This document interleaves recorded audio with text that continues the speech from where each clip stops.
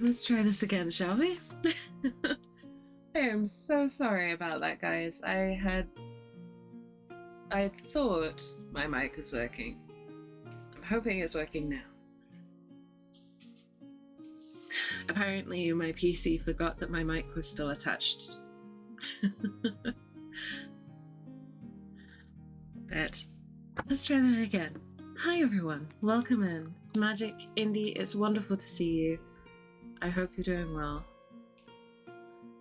Magic, thank you again so much for the $65 to WWF. Hello. Thank you. I am so sorry about that. My mic disconnected effectively. Let's try this again, shall we? Indy, I hope dinner is tasty. Magic, thank you again. Let me explain what I'm doing. Since you didn't hear any of what I was saying before, I'm going to be painting Father Dagon. For those who don't know who Father Dagon is, he is an eldritch god similar to Cthulhu, that kind of thing. So he's sort of same kind of realm, same kind of deal as Cthulhu. So I'm going very old school, very kind of simple paint. Gonna let the model do most of the talking. It's okay. I'm gonna have some words with this microphone afterwards, or this PC. I need a new PC is the problem. My PC is giving up. But I can't afford a new PC yet. I have to wait. But I'll see if there's anything I can do in the meantime to make it a little bit more cooperative.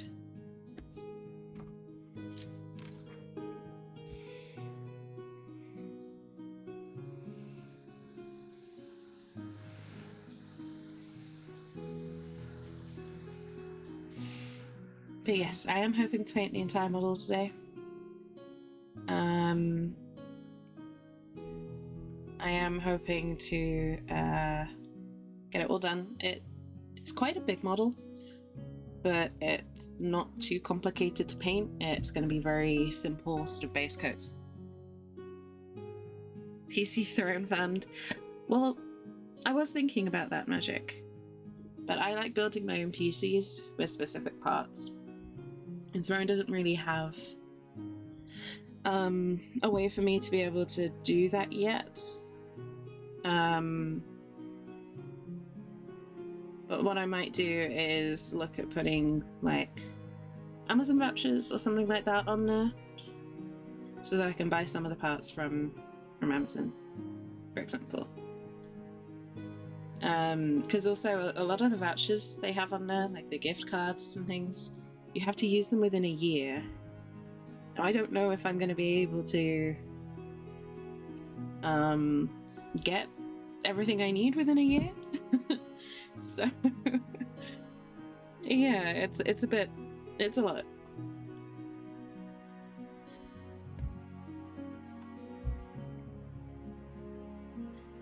But it's something I need to think about. So it's something I'm looking into at the moment. I need to look into what's going to be right for me.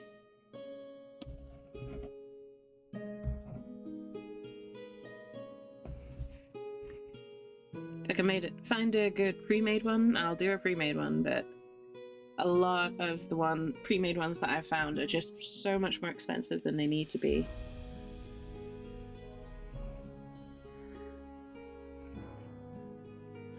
Like, for the money that you pay, you can build one that's more powerful. Like, you get more for your money when you buy your own. At least that's what I found. I'm lucky enough to have very knowledgeable friends in that arena who are nearby who can help me out. So you think things out. Thank you. I hope so. It's something that I'm looking into, but I need to sort my financial situation a little bit before I can really justify buying a PC as well. And I'm hoping I can get that sorted out by the end of the year. That's a longer term project.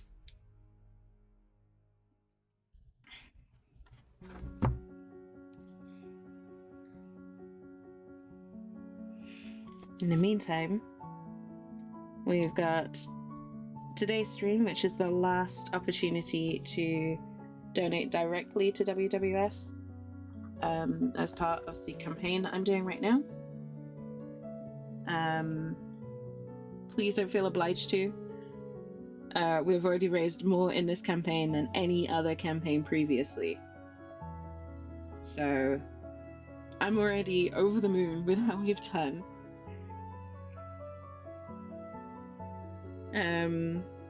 Yeah, if you want to donate, if you want to keep this up, then please do feel free.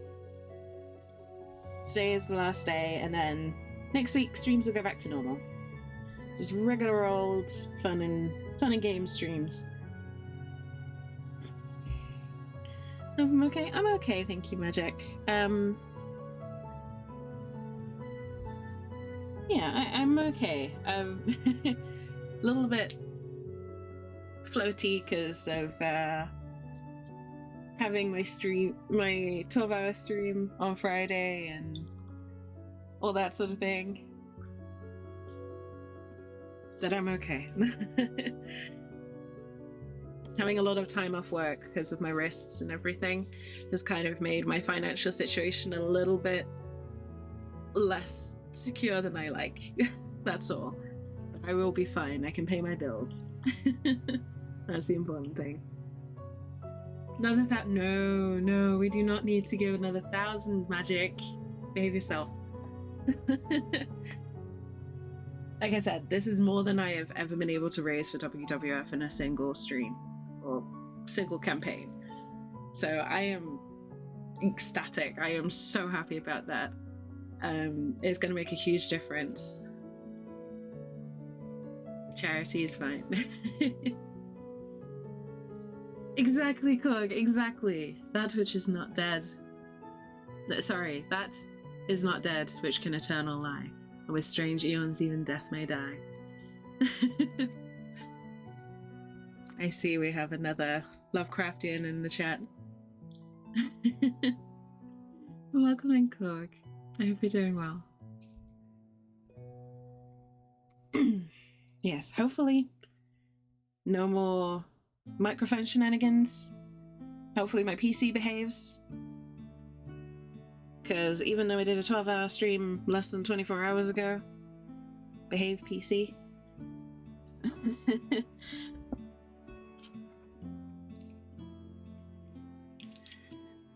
A new PC? Good. Claire needs a new PC a lot more than I do. And I know she'll appreciate it. And you gotta spend money on yourself too, Magic.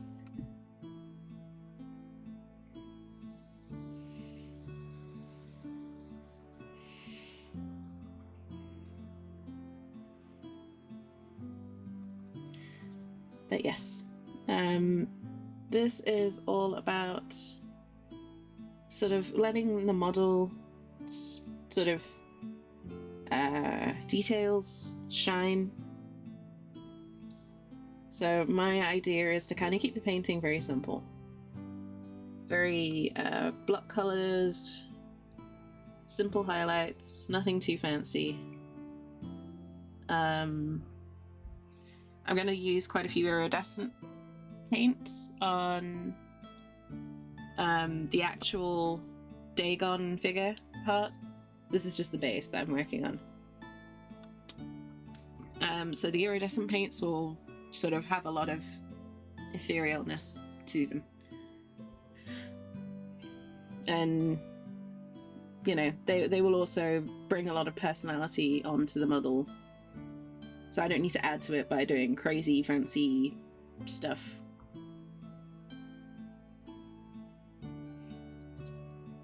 Which is nice. It's nice and relaxing to do something quite simple. Don't have a pop figure of Cthulhu. Oh man. I have another project that I'm doing after this one. And it's a Cthulhu themed Tau project. So, you know, big blocky battle suits and things like that, but all themed after Lovecraft and Cthulhu, except Relia.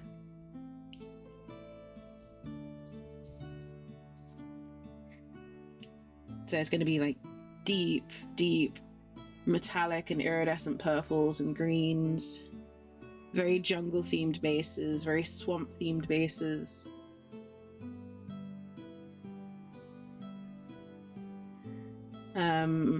And that's actually not a commission exactly, but there's a reason I'm doing the project. I actually have a deadline on it. So I'm going to be working on that throughout July. I've got a commander and a Pathfinder team to do for that.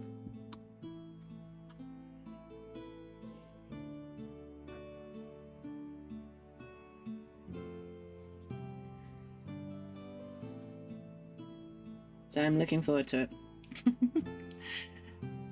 Yeah, you still need to treat yourself, Magic. Can't go spoiling all of Vesselot and not treating yourself.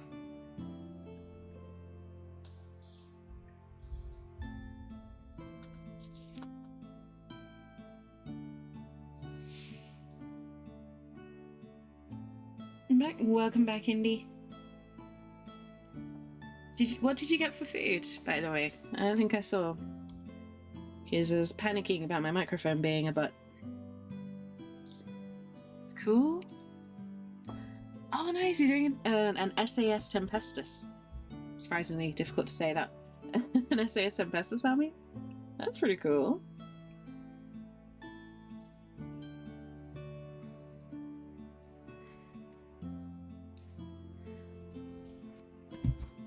But yeah, I've got all the stuff for the Tau. It's my first ever time painting any Tau. So I'm kind of excited about that. Because then I'll have painted something from nearly every faction in 40k. Which is pretty nuts. Just gotta work through the Age of Sigmar factions. Puff pastry roll with pepperoni cheese and pizza sauce. I would like that very much, Indy. That sounds incredible. I made myself a breakfast sandwich before I started stream. It had like sausage and bacon and cheese.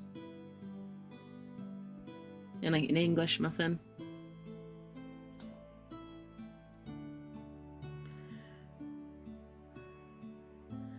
So that was pretty good.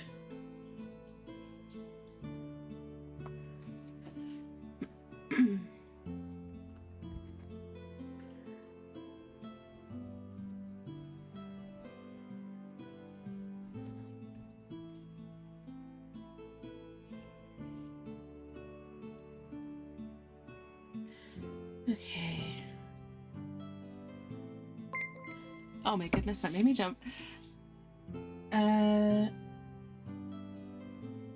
Oh my goodness, how do I pronounce this? JST Geese?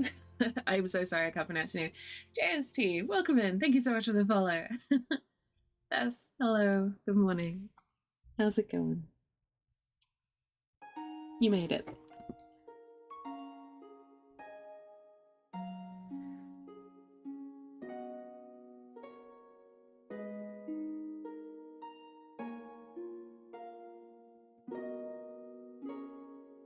Okay. We're doing alright. We have got a nice sort of sandy base layer going all the way around. I'm trying to sort of give the idea that it's at the bottom of the ocean-ish.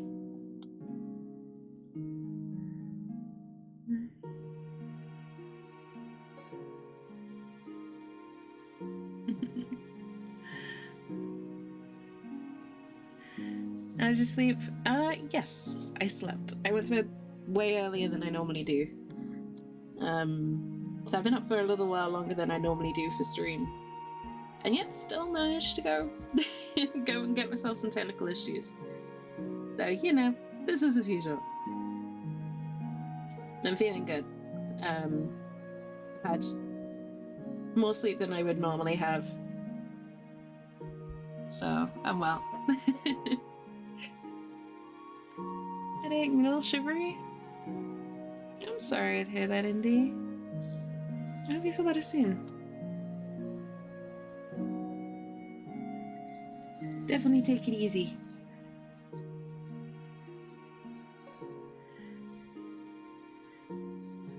Right. Yeah. Took a milk early, sorted everything out. Forgot to check one thing. Forgot to check if my mic is working. So naturally, my mic decided, hey, I didn't get checked. I'm gonna be a shit.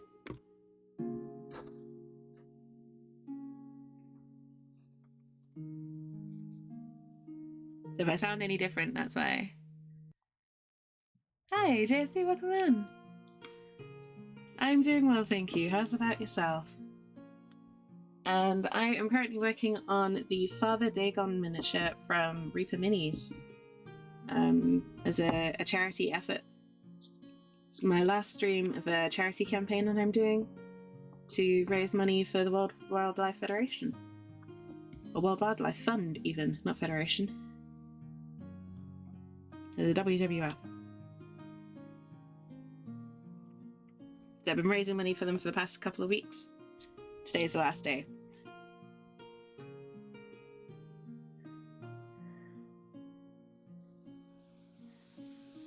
Oh, I see. I see.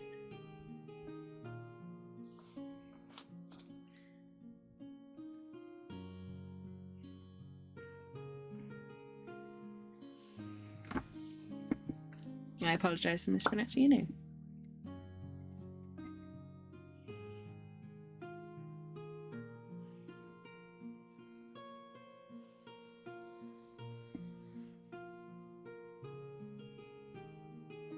Okay. But yeah, I'm currently just working on the base for Father Dagon. And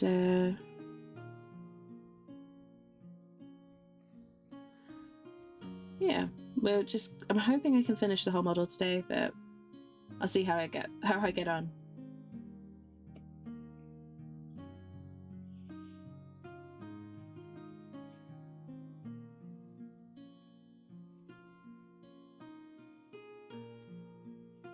Oh, Magic, I'm sorry to hear you didn't get any sleep either. I hope you get plenty of rest when you get home from work.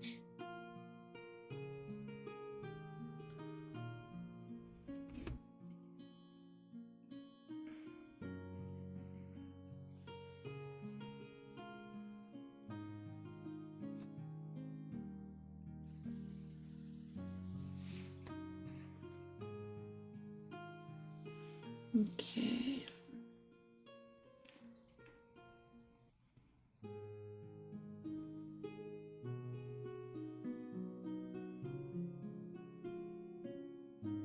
So we're just chilling. I'm trying not to get too much paint in the runes themselves, because I don't want to have to go over them too much.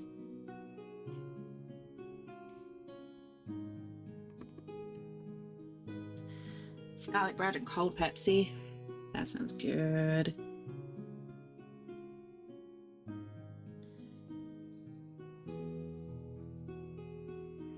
I don't know why, but garlic bread is such a comfort food.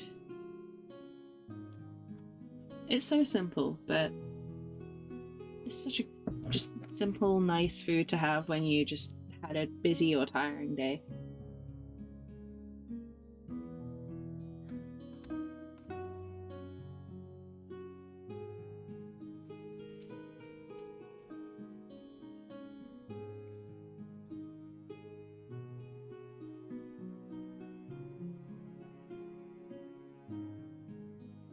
Okay.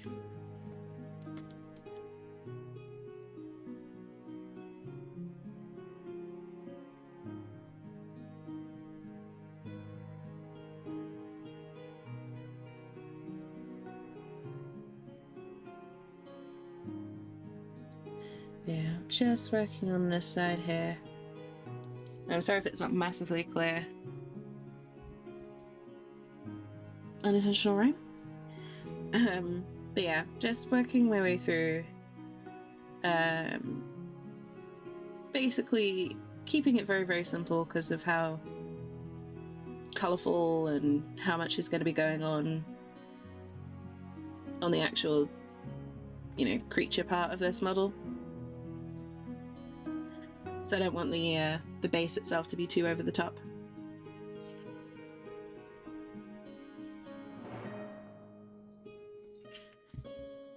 So I'm just sort of keeping it very stone and sand colours.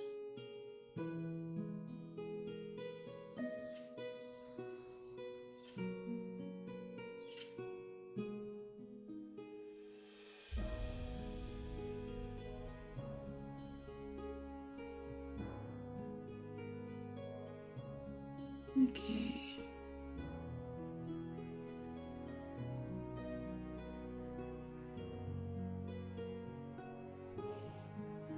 And because I'm keeping the grey here very light, it should help a lot of these runes down at the bottom to show up a little bit more clearly.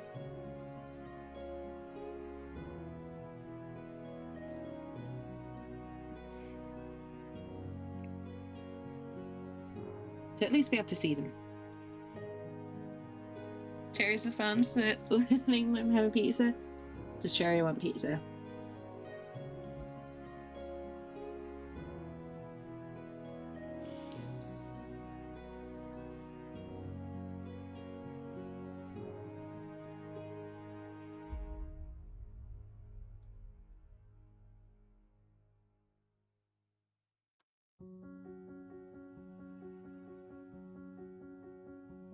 Cherry's good people. I like Cherry a lot.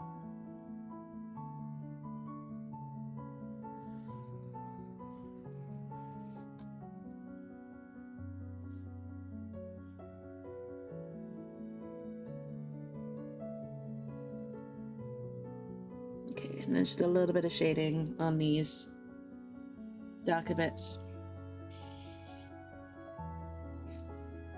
Again, keeping it very light, not too heavy duty.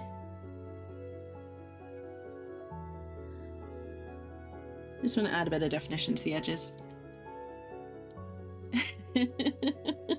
Oh, give please, immediate please. Poor Cherry.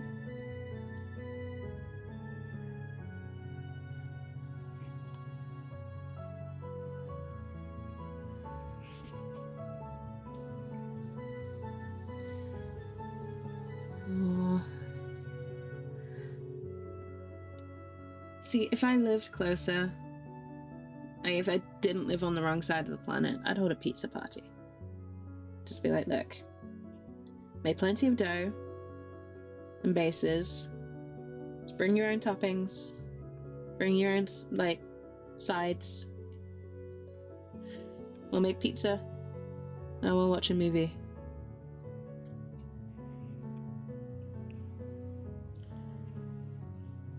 Top your own pizzas.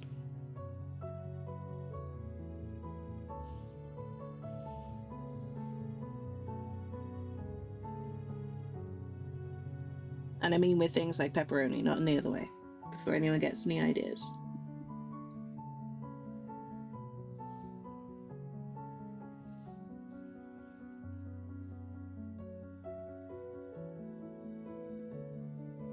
Okay.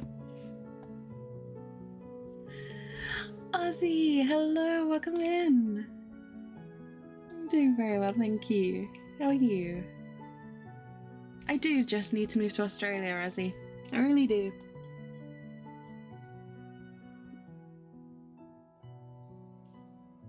But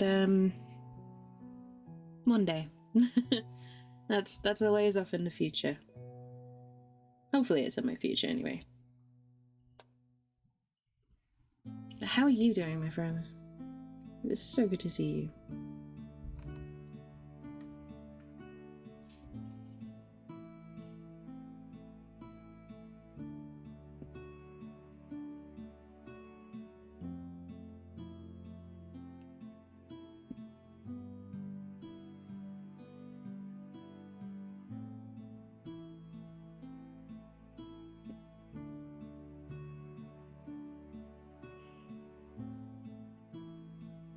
Okay.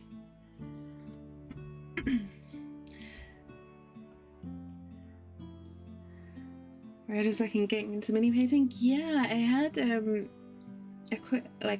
couple of messages with Red about that a while ago. I hope it was helpful. I hope it wasn't too much information.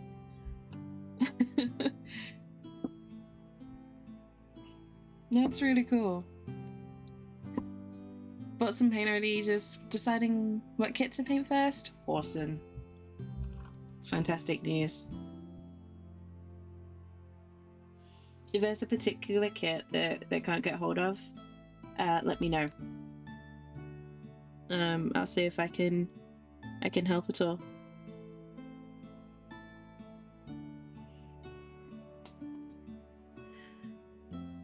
Ham and cheese with spinach or rocket added after cooking. Ooh, that's a good call.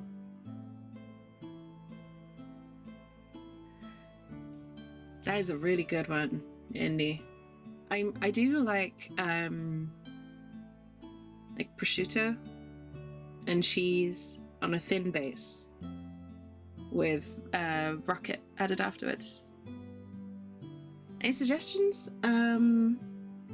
If you're looking for dwarves, the Fire Slayers are a great option from Game Workshop. Reaper Minis is also great if you like stuff like what I'm painting right now. But with Reaper you need to be careful which ones are plastic.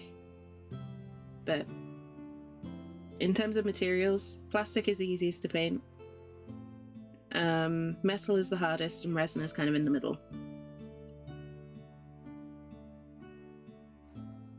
So I recommend sticking with plastic first.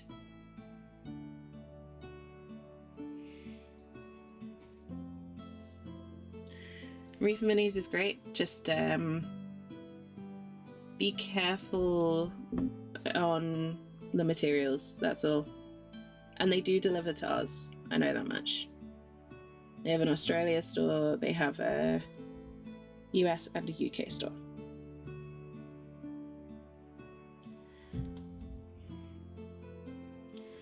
But this one is Father Dagon from Reaper Minis.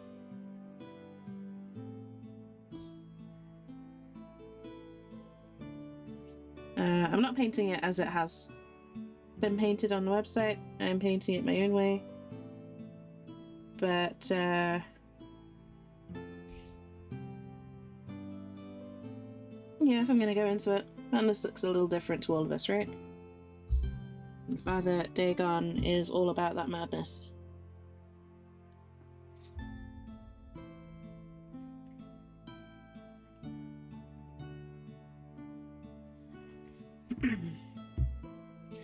Thank you.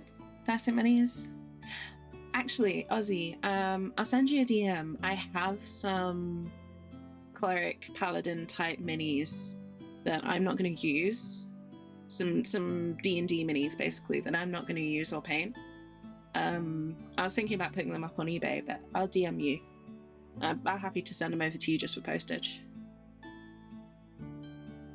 I'll get some photos today, and I'll send you a message on Discord with them.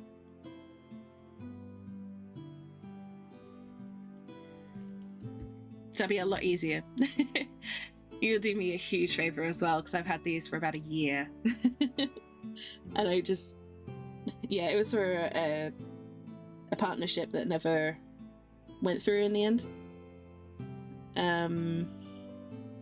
Just left me with a bunch of minis that I didn't need or want.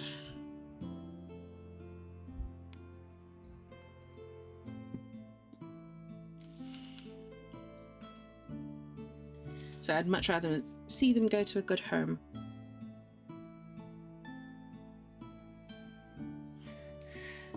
Got a couple of minis from Reaper. The little chibi dragons that I do, like the rocky dragons, they're all from Reaper. And they do some really nice, like I said, D&D style figures as well. The Reaper Bones collection is really good if you're looking for a D&D mini. and the prices are reasonable. So you can accidentally end up with metal minis when you thought you were getting plastic, which is fine if you know, don't mind the metal minis, but I try to avoid them personally.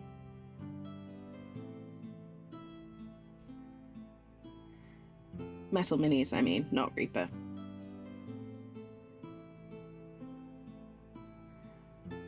Because painted metal minis can get quite fragile over time. And it's all well and good spending hours on paintwork, but if you don't varnish metal minis, it tends to chip away quite easily. Which is a little inconvenient.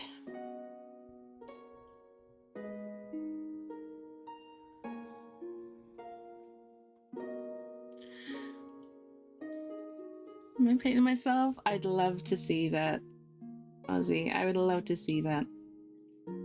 Honestly, I would just love to see them go to a good home. Rather than just sitting in a box.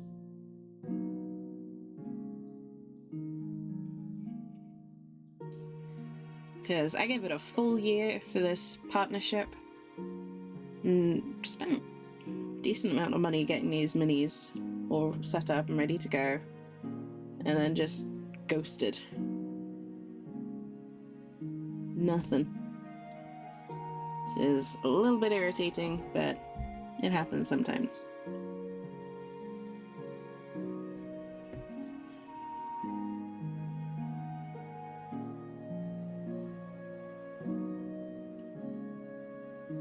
So I'll be glad to see them used and loved and enjoyed rather than set in a box, because it feels like a waste. And it helps me hugely with this whole big get rid of the things you don't need or want anymore situation. The big unfucking of my personal possessions.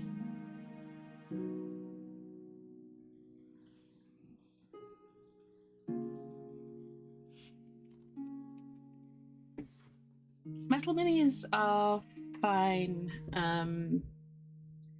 if you're comfortable doing basic color schemes, and if you can varnish them. That's the thing with metal minis, you have to get a good varnish for them. I mean, they're durable as hell. So, you know, once they're together, you're not going to get bits snapping off or what have you. But they can be surprisingly, like, the paint jobs can be surprisingly brittle. Promise they're going to a good home? I know they are, Lizzie. If they're going to you, I know they're going to the best kind of home.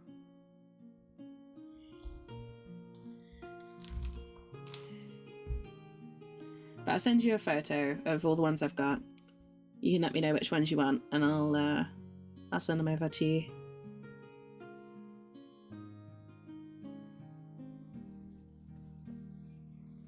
Okay.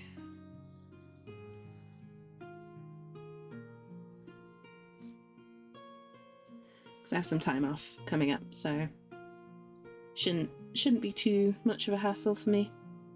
Got some bits and pieces that I'm sending off elsewhere anyway.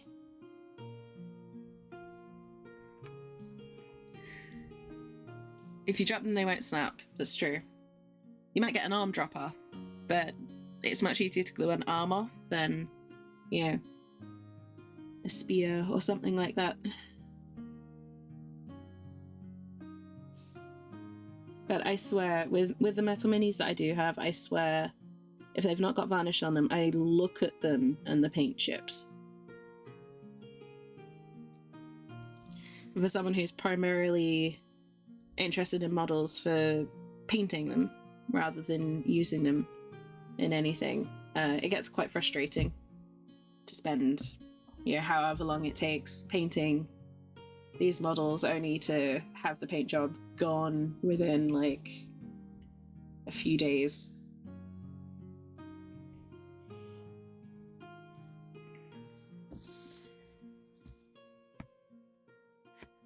Tall glass of Pepsi. I love Pepsi. Cold Pepsi on a hot day is such a good thing.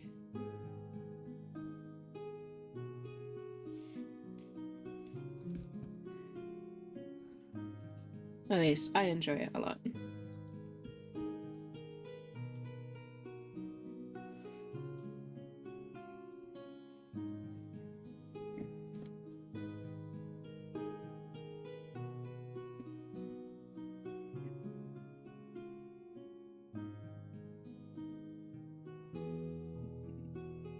Just clean the brush a little bit.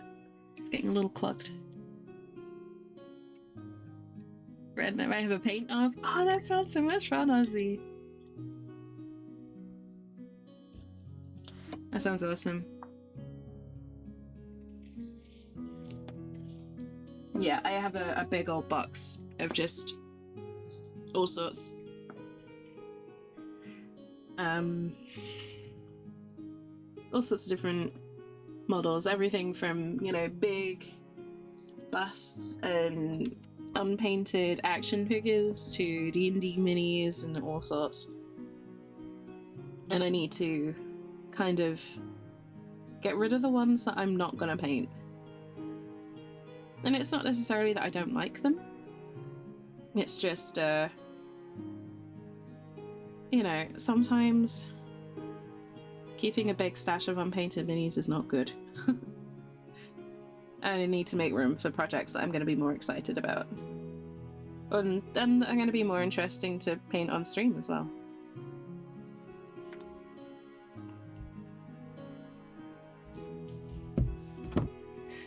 Speed paint. I'd like to do a speed paint of something at some point. But I don't know how I would do that yet. Same creature first, and then a D&D class that the other has chosen. That sounds fun.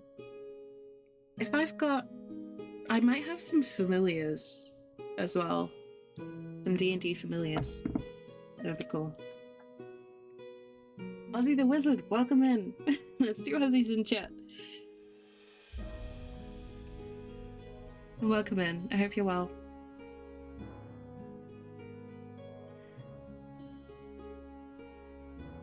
Yeah, I might have some familiars as well. Ozzy Paladin. It's gonna get confusing. So I'll check those out and I'll send you photos of what I've got. You can let me know.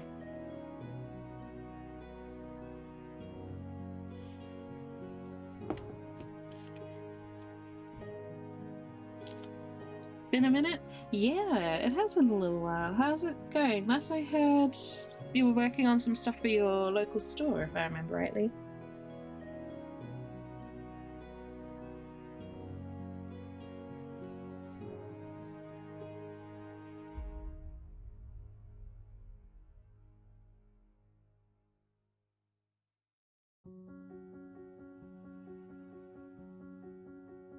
Okay.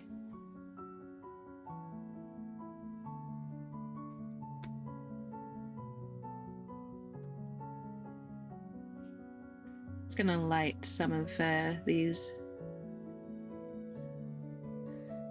Panda. just because I don't want people getting confused.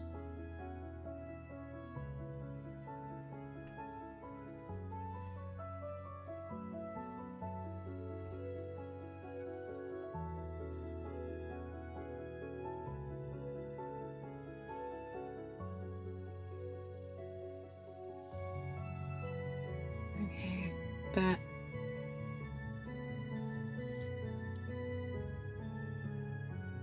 yeah, I got a few different bits and pieces.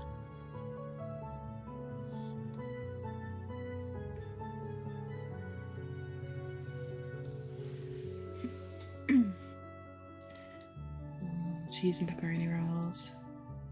Curse City, that was it. That was it. There's a good set of minis there. I'm kind of sorry that I didn't get it, but I wouldn't have actually played the game. So I'd have felt bad for taking a copy.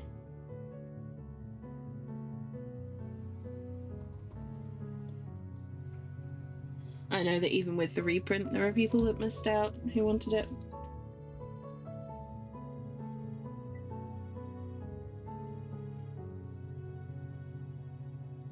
Horus Heresy, no, Midnight Clad. Gotta love the Night Lords. I haven't even gotten to look at Heresy yet.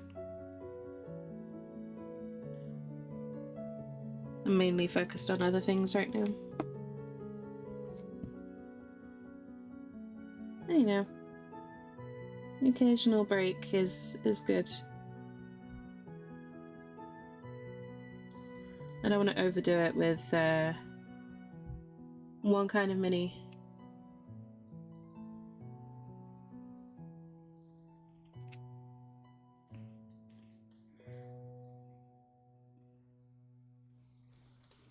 I want to enjoy a few more creative pursuits.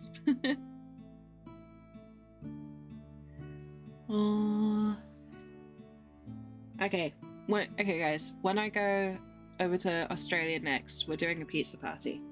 It's decided. Even if we just order Domino's. We're gonna have a pizza night one night.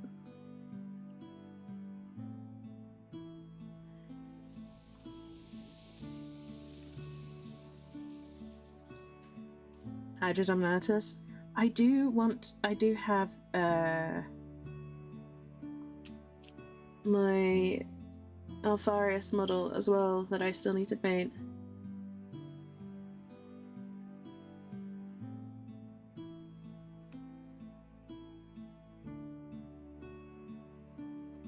Scimitar? Scimitar's pretty cool.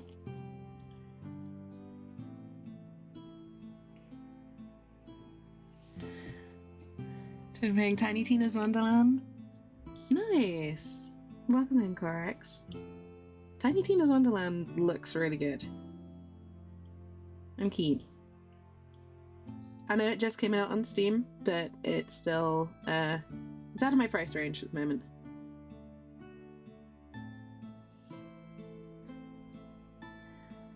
But it does look really cool. It looks very D&D-esque from what I've seen.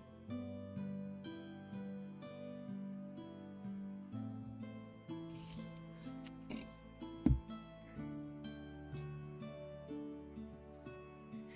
Ipsu, welcome in. Good to see you. Yes, Ozzy. Well, I'm hoping to come down for PAX 2023. You know, depending.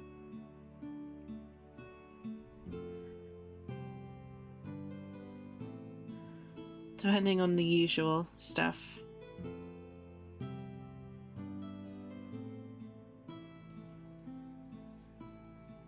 But I miss you all. I miss Australia. So it'll be good to come back.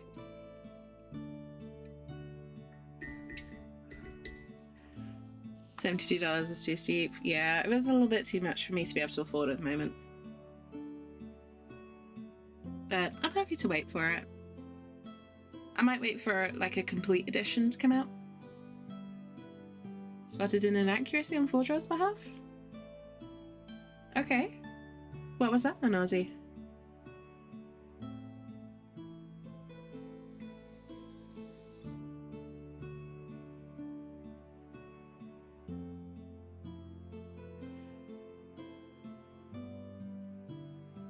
The other wanted. Yeah, that's fair. That's fair indeed. That is a wise decision. Doesn't have pale skin or jet black eyes. Oh, I've never looked at the Scimitar Mini on the store. I would never have spotted that.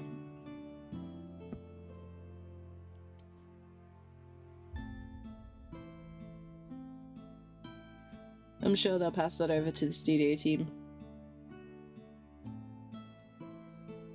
to look at.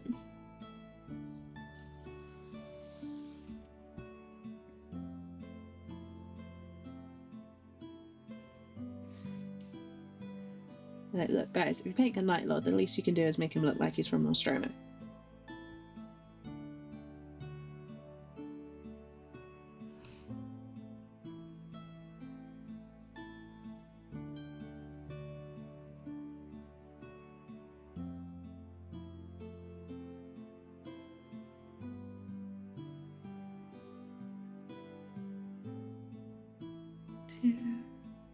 Hopefully, Ozzy.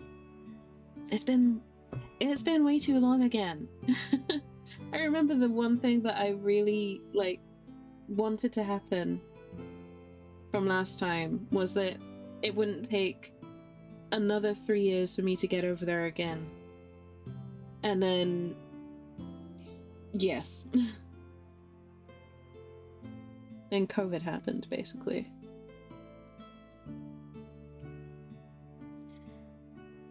Thinking about getting God of War indie. Nice. I have it. I was super excited about it, and then I got sick, and I couldn't play it. So it's still sat in my Steam library, unplayed. For the most part. I think I've done like a few tester bits, nothing more exciting.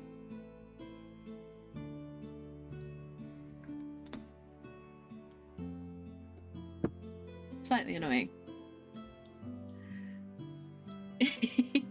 Looking at the Aussie flag, I have a little. So this might sound a little cheesy. I have like I don't know what to call it. Like a frame basically, and it's got my ticket, a patch, my PAX pass, a couple of postcards, and things like that, all in a little frame, and I've got that on my wall from the last time I went.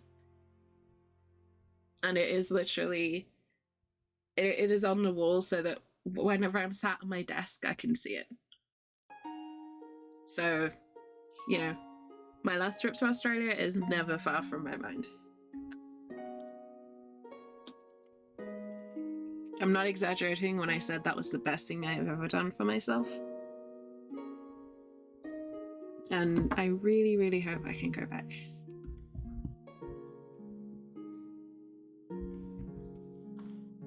Right. But in the meantime,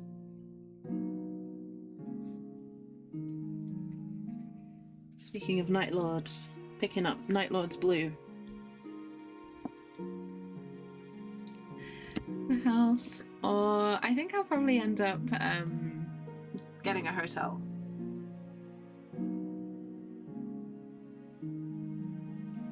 I'll probably end up with like a hotel situation, just so that I'm not reliant on anyone else getting around.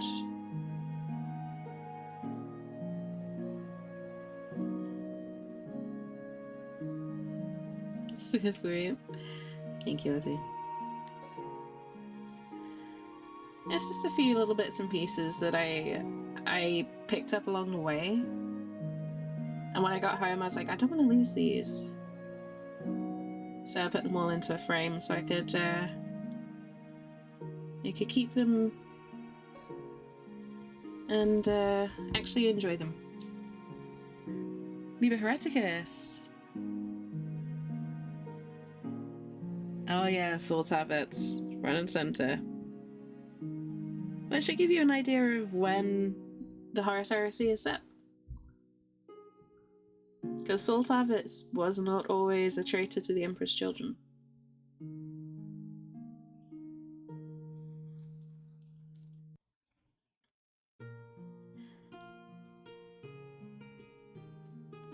There was a moment before he betrayed them, and after the Emperor's Children was corrupted by chaos, where he was still a loyal member. Just questioning.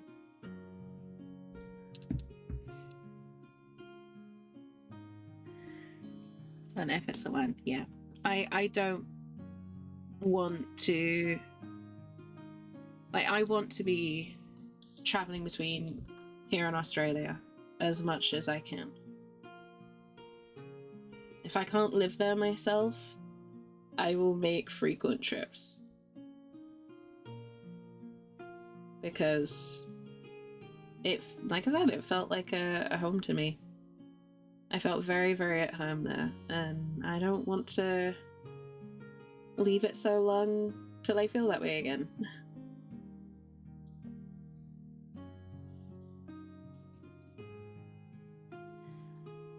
I've always said if I win the lottery, I'm buying a house out there. Go home. No worries, Magic.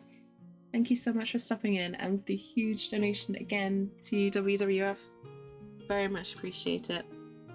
I hope you have a safe journey home. I hope you get plenty of sleep when you're home as well. I'll catch you again very soon.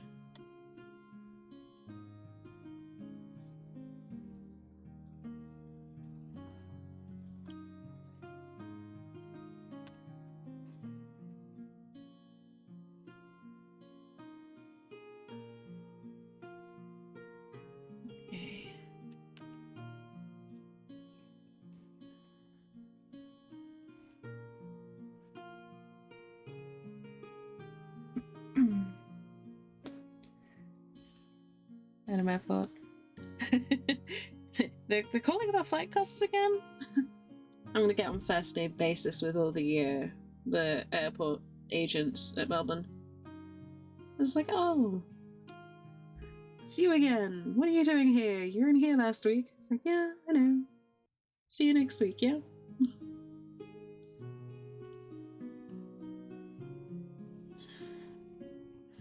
Need to look into frequent flyer miles.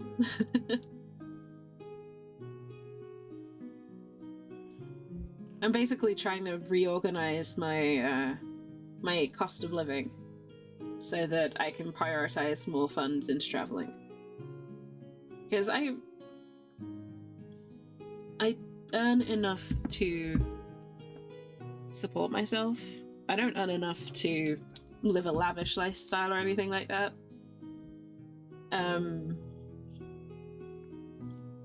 But I earn enough to support myself, which is a very privileged position to be in. I acknowledge that. I'm not bemoaning anything. I can pay my bills, and that is more than some people can do at the moment. So I consider myself very well off in that regard. But travel to and from Australia is definitely luxury, and it is definitely not something I can easily afford, if at all. So I need to reconsider my financial situation and make changes so that it's less of a struggle.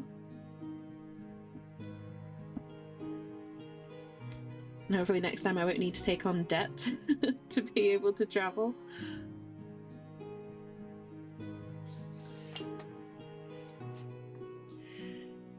Planning to visit Melbourne. So next time I go, I definitely want to spend a significant amount of time in Melbourne.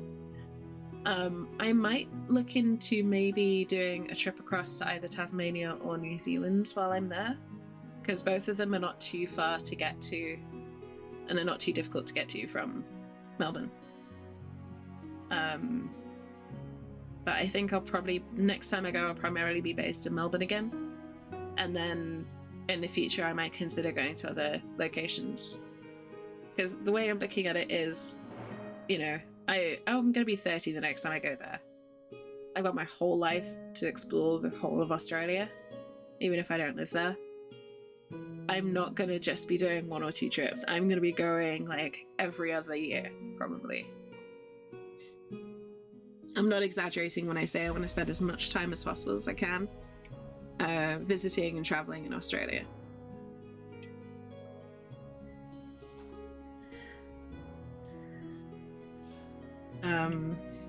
So definitely want to visit Australia Zoo. Definitely, 100%. That is on my bucket list, Ozzy. So a trip to your neck of the woods is definitely going to be one of the first things I do when I start traveling outside of Melbourne. But I think if I was ever to buy property in Australia, it would probably be in Melbourne or around the area. Just because, partly because of the memories, but mainly because it was when I got into Melbourne City. I just vividly remember looking around and just feeling like, yes, this is where I should be right now. Like it is a very distinct feeling, and it is one that I have not experienced before or since. Of just, yes, I am right where I should be, and this is the right time for me to be here. This is where I need to be, and this is where I belong.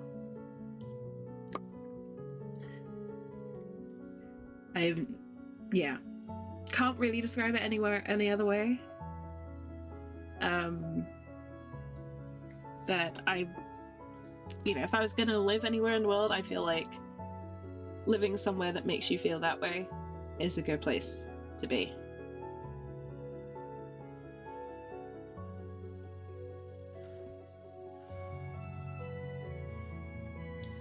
I'm not even kidding, Indy. I was like that, like on the plane back from my first trip. I was planning my second one. I did not want to leave.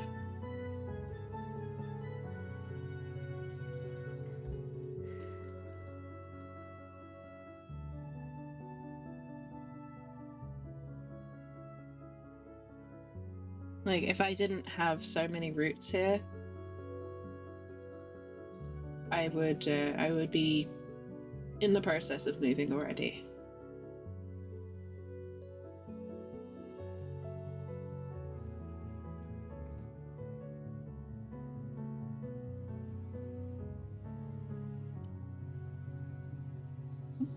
Really?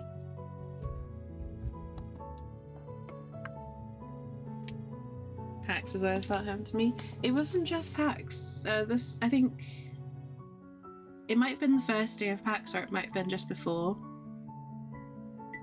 But we were walking around outside the convention center, and there was a few of us around. I can't remember exactly who was there, but I was just kind of taking in the city and just taking in the surroundings, and like it was one of those moments where you really everything kind of hits you all at once, and I was just like, holy shit, I've traveled literally to the opposite side of the planet, and I feel more comfortable here than I've ever felt anywhere in my life. And it was just that whole feeling of being in the right place at the right time with the right people, everything just being right at that moment. And no matter what's changed since then, it's, yeah, I want to go back to that. I want to go back to that place and see if it still feels the same. Because I'm not the same. My life has changed drastically since then. I have changed a lot since then, even if it may not seem that way. A lot of my internal structures have changed, so to speak. But I still remember that moment and all of my trip very, very fondly. It was a very welcoming city. I did feel that when I was there. I hear living in Melbourne's very expensive. That would be the major drawback.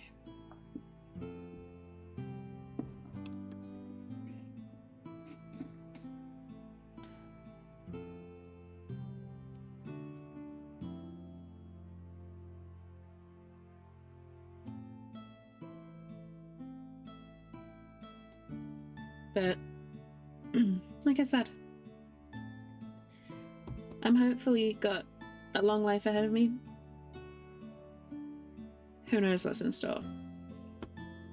I can't really predict what's going to happen within the next year, never mind 10, 20, 30 years. And I am patient enough that I will wait that long if I need to move.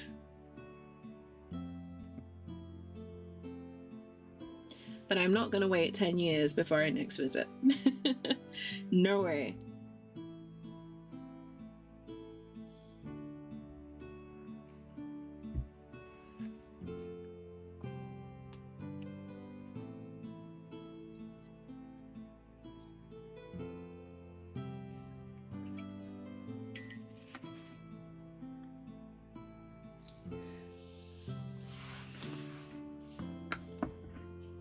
I feel like it's definitely a place I'm going to be visiting a lot in my future. Just excuse me 2 minutes, folks. I am looking for a paintbrush, so it may be a little noisy.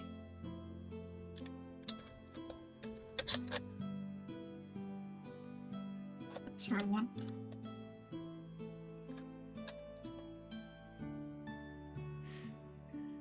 Let me know. Absolutely.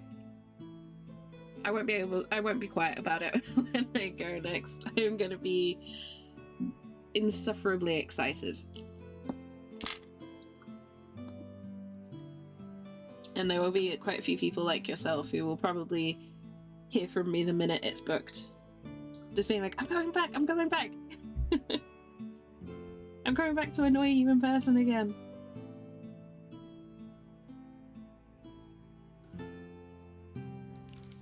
There's some people I didn't get to see the first time around. There's some new friends that I've made since then. There's lots of reasons to go back.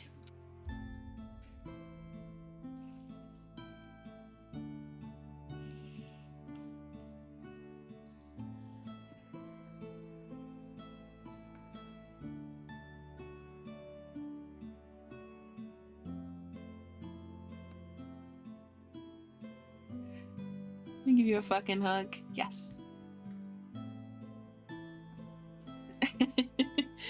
Love if your righteous is playing out. Well,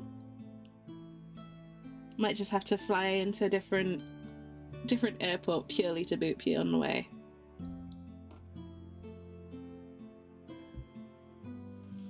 I hope not, Indy. I'd still like to see you.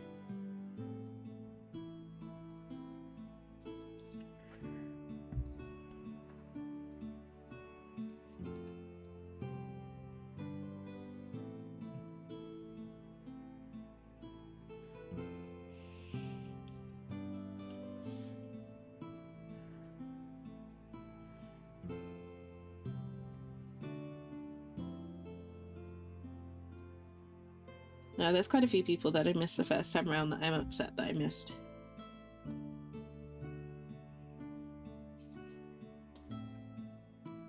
So, if for no other reason than catching those people, I'm coming back. And if it means I have to make a stop off in Adelaide, I'm gonna make a stop off in Adelaide.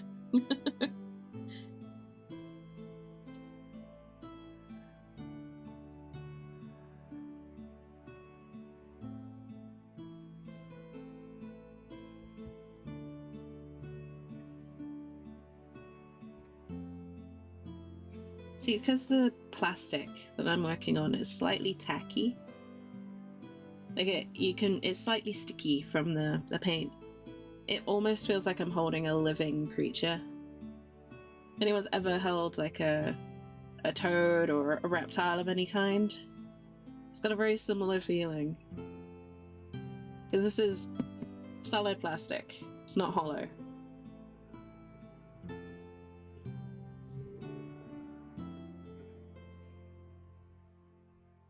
It's weird. It's weird feeling.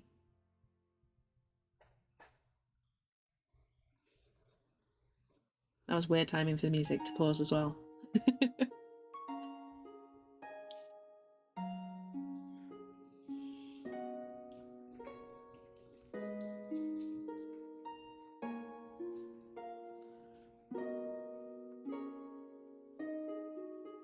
Okay.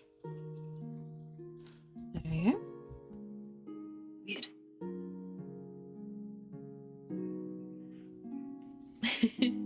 Yeah, I feel like my painting streams are where most of the Aussies I know tend to pop up.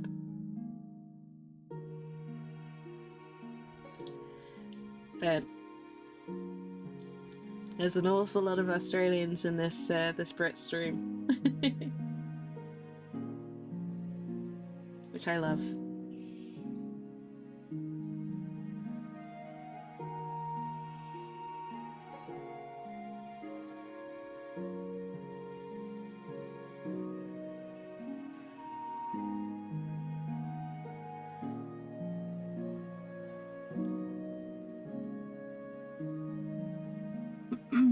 Waiting for my flight.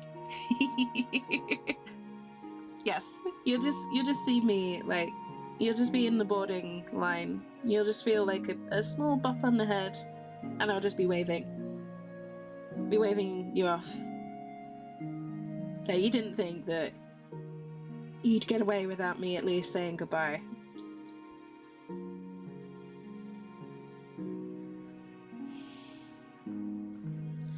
Without me at least getting to wave you off.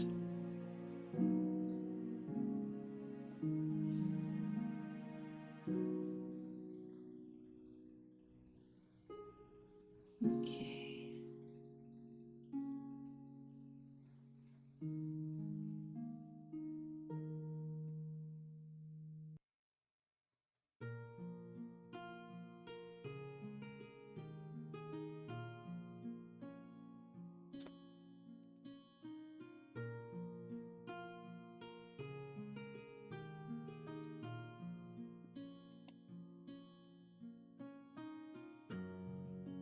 Another tail. This thing has so many tails. It's 3 tails.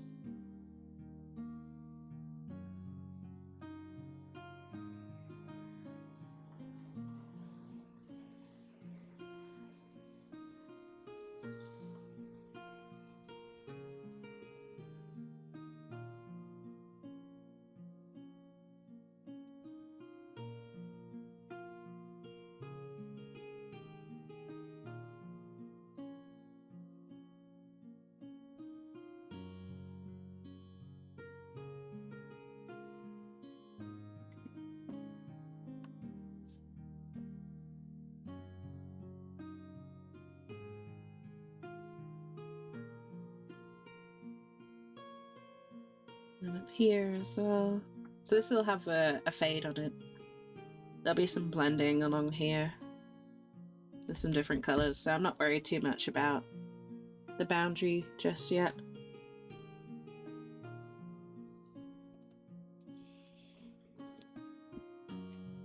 You gotta head off? No worries, Ezzy.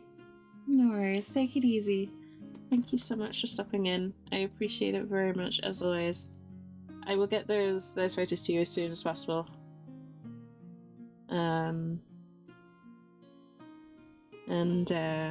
Yeah, I'll get the information from you then.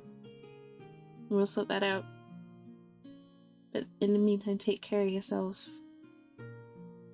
Say hi to Red for me.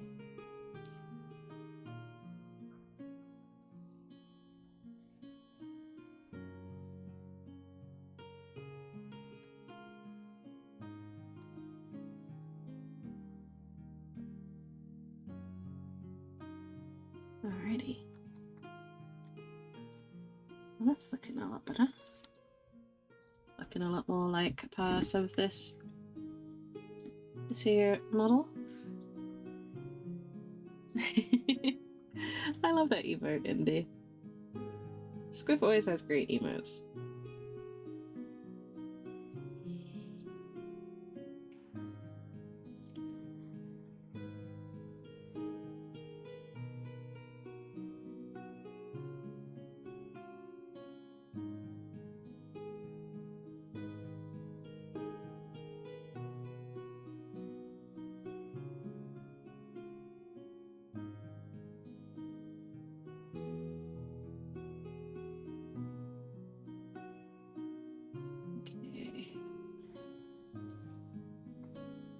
So there's kind of spots along the edge of the tails, which is why it's a bit of a strange pattern that I'm doing with this blue.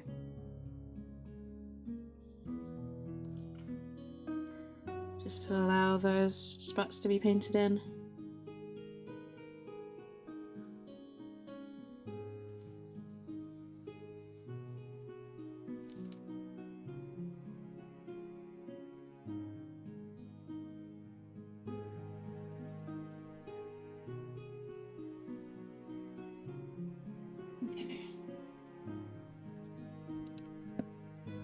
I'm going to paint those in a little bit. Not right now. Need to work on the rest of the model first.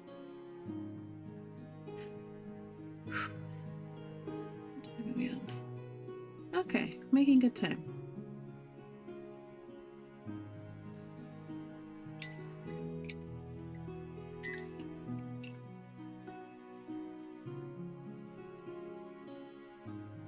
One thing I really need to do with this time off, I need to clean my brushes. I have too many brushes that are like, yes, this is the perfect one, but it needs cleaning, so I can't use it.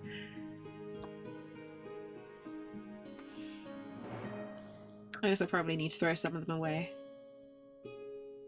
Right.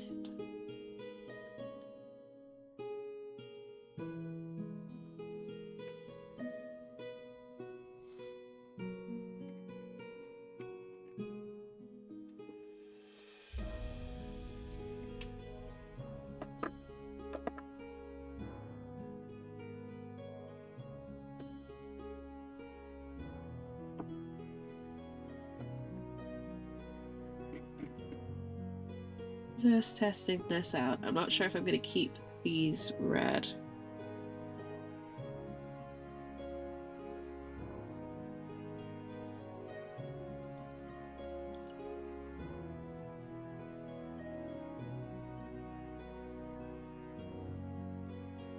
But I do quite like the idea of having red eyes. For old Father Dagon here.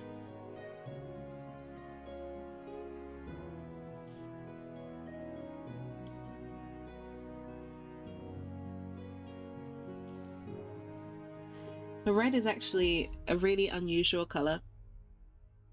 Well, vibrant red is very unusual to see underwater because it's one of the colors that is most easily washed out by the way that light interacts in the water, so both fish and humans cannot perceive red underwater as easily as other colors. So seeing bright red like that underwater, very unusual. It's not impossible, but it is not as common as, say, blues or greens or yellows even.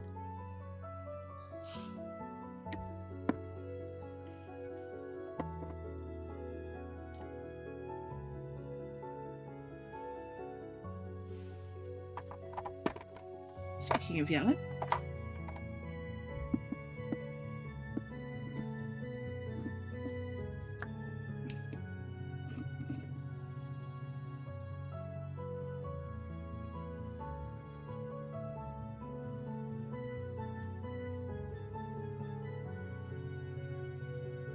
even old Father Dagon, a proper bright lure here.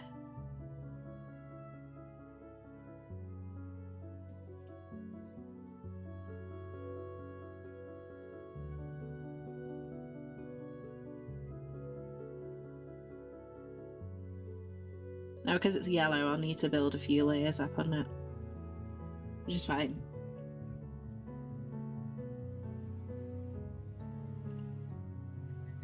But if I just block it out now with the first layer or two, makes my job easier later on.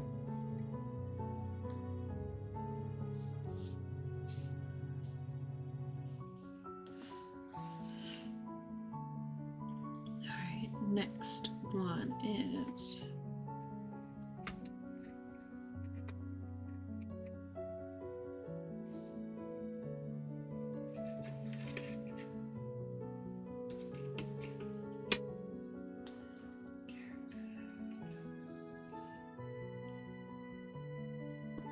Let's see what the difference is between these.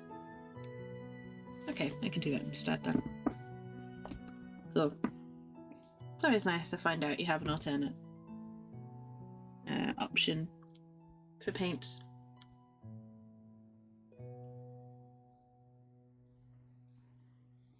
And these bony spines.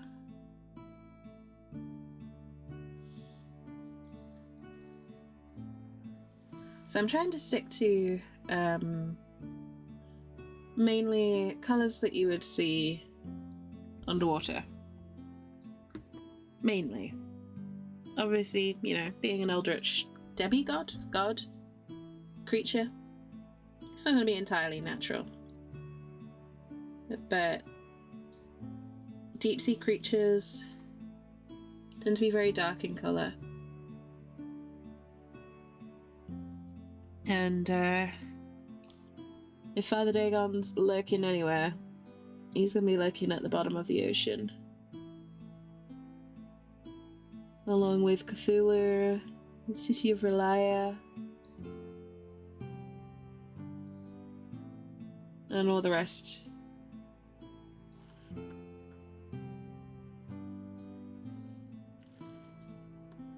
So, I'm taking inspiration from real-world deep-sea creatures that I've seen. Lots of dark blue, black, dark green, and bulbous, almost luminous eyes.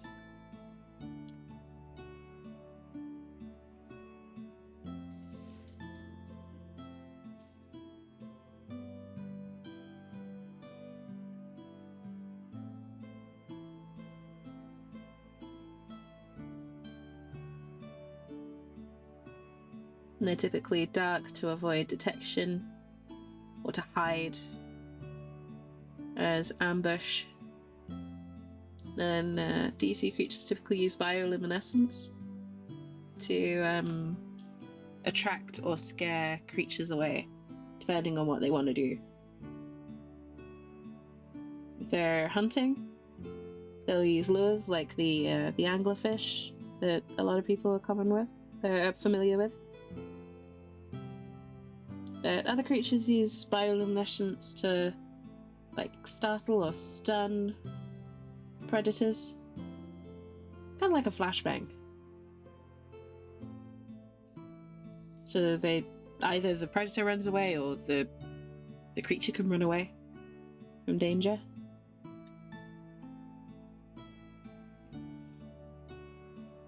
It's pretty cool. Then you got stuff like goblin sharks, which look terrifying. If you Google goblin shark, you'll see what I mean. Those things are terrifying. But they look so delicate in a way.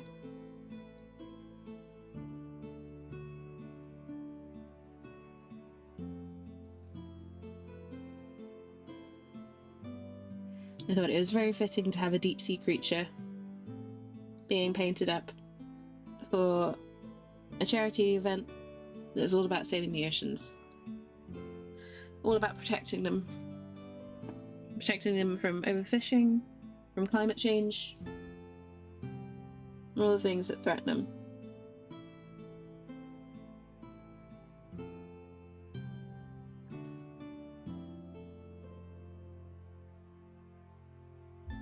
There's deep ocean creatures. One of the most heavily affected by intensive fishing methods. They're quite often caught up in deep sea nets and things like that. And either killed by the nets or killed when they're dragged up.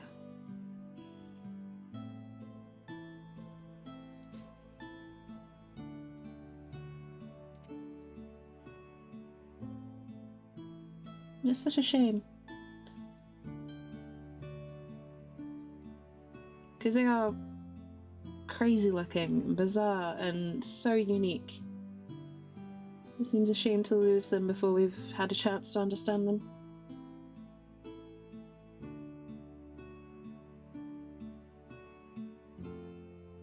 but that's what we risk at the moment. That's why I do these streams. Because if we do have even the smallest hope of helping protect things that no one else thinks about, I like to do that if I could.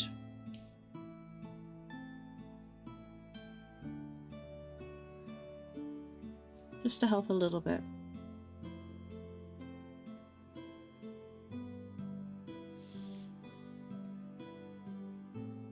Because you never know what the tipping point will be.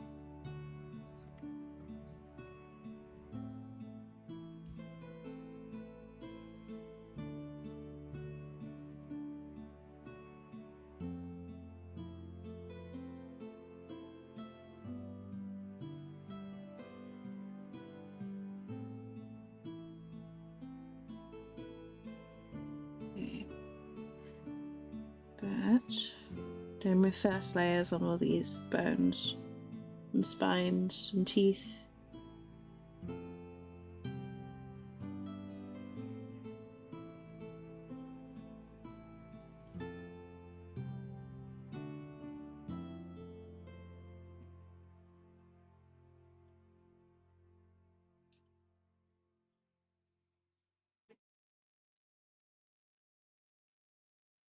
Alrighty.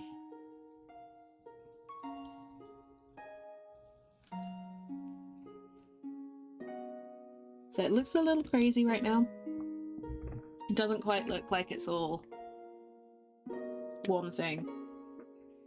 I'm hoping that what I have planned for the edges kind of brings it all together.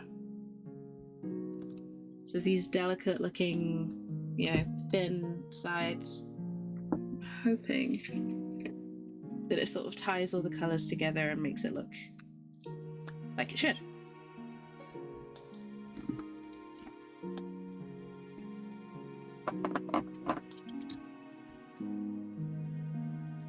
We'll see. Moment of truth.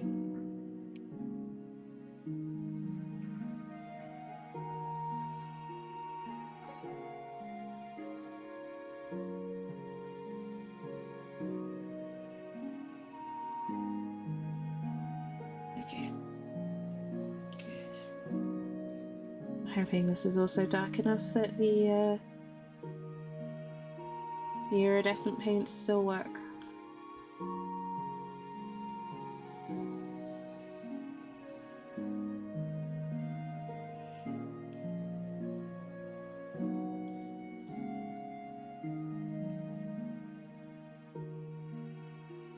Yeah.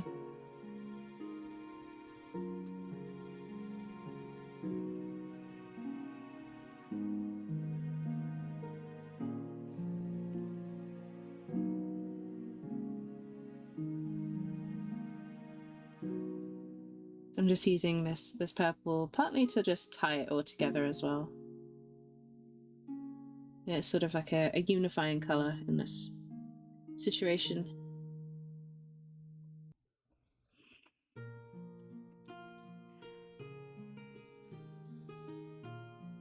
And yeah, just kind of bring it all together before I then start adding the iridescence and maybe making it more crazy looking again.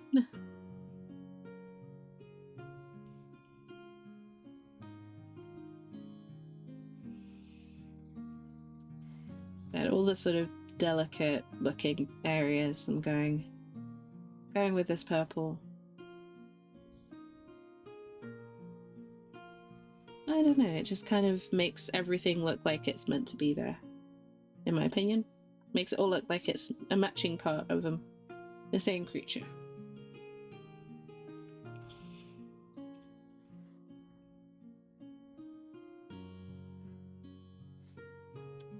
At least that's what I'm hoping it does.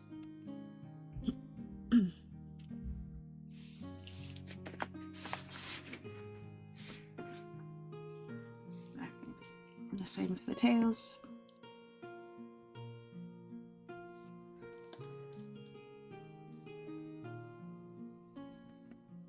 It's this long stretch of purple.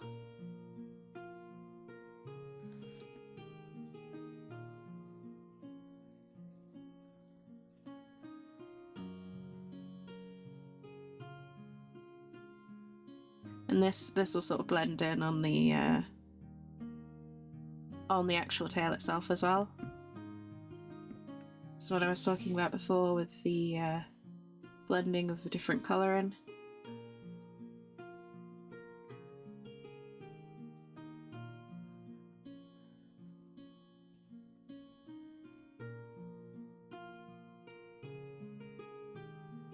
And then those spots are going to be a third colour. Not quite sure yet what it will be. It might just be a lighter shade of purple or a darker shade of purple.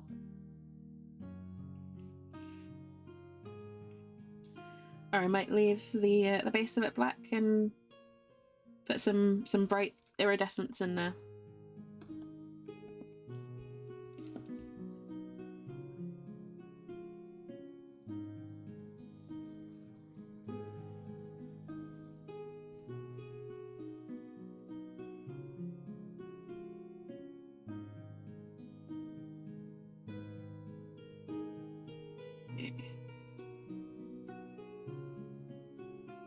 I just want to make sure that I get a good coverage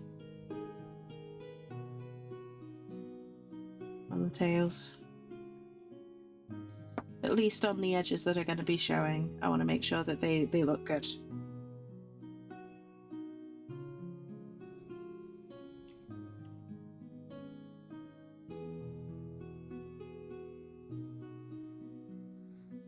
Yeah, if no one's going to see a detail, I don't mind if it doesn't look as clean.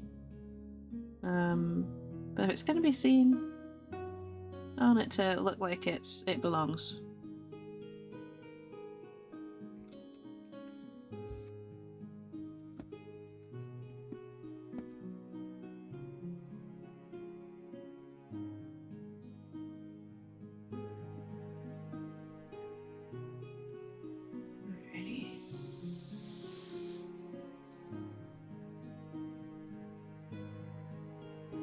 Again, along here.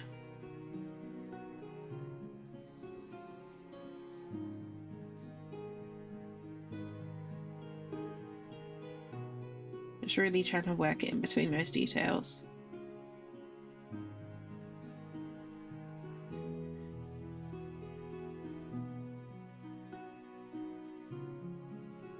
And just blending it out along the sides.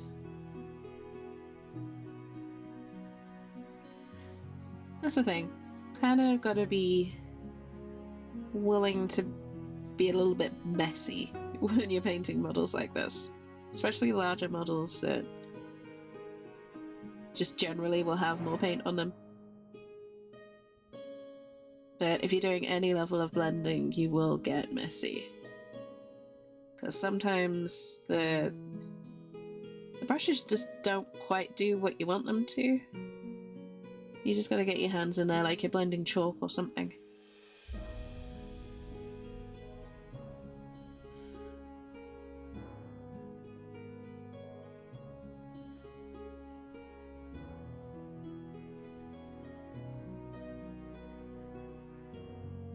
Okay.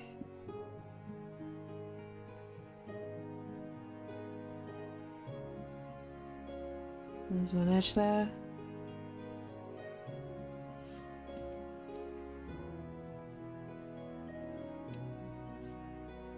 Then just a second bottom edge here. Then we repeat it on the other side. So basically, once the tails are done, I do the final details on the face, and then we can get to the iridescent part. The part that I'm most excited about, to be honest.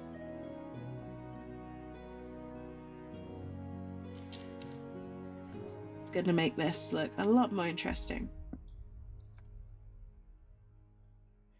Hopefully. I'm hoping it'll work. I've done a couple of trial runs with the iridescent paints now, so I'm more confident with how they work.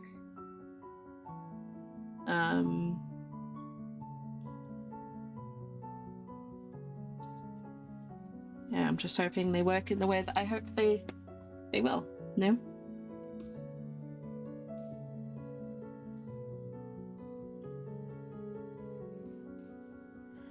I hope everyone's having a comfortable weekend.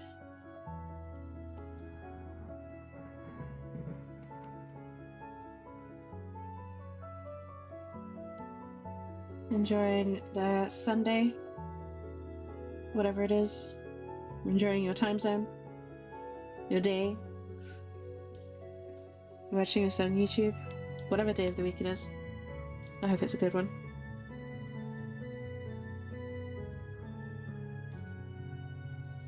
Okay.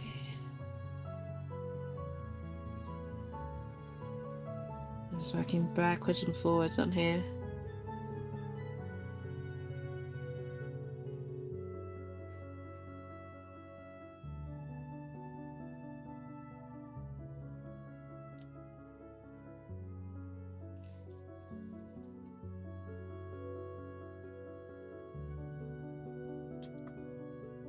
Alright. There we go. This first side's done. So that will fit together something like this.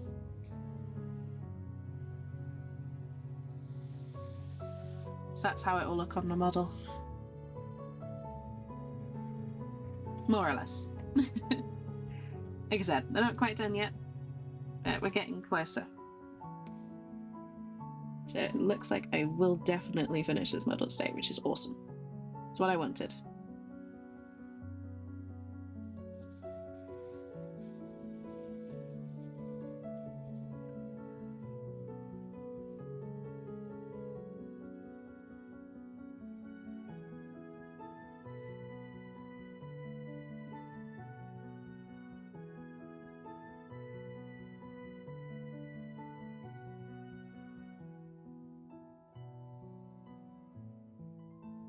Okay.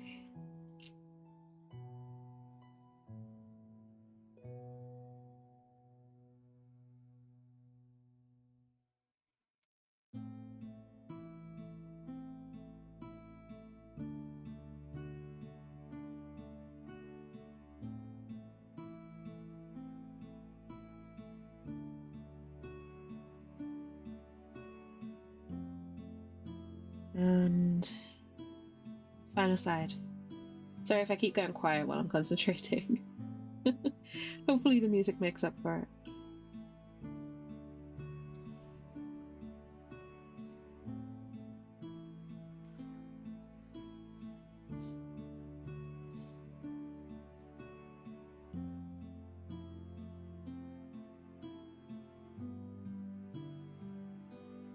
I'm just trying to make sure that this all works out. Or at least if it doesn't work quite the way I want it to, I hope it looks good in a different way. You know?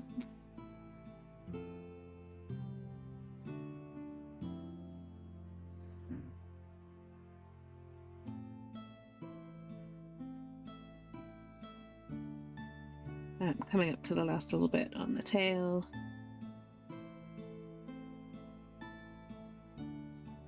Which is done. So it's this side of the tail that will show out on the model the most. So this is the side that really needs to be good looking. That side can be a little bit, whatever.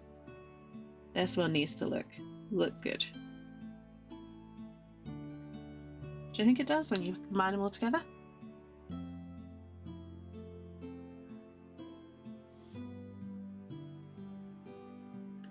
Now I've done those, I think I'm going to glue these together so that they can set while I'm working on the main body.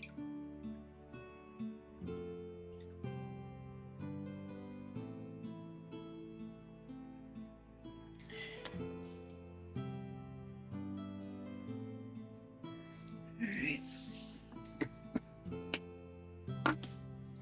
So for resin minis like this, super glue. Always super glue. I prefer Loctite, but other brands are available. And I like Loctite because it binds quickly. So you're not stood there for ages holding parts together while the super glue does its thing.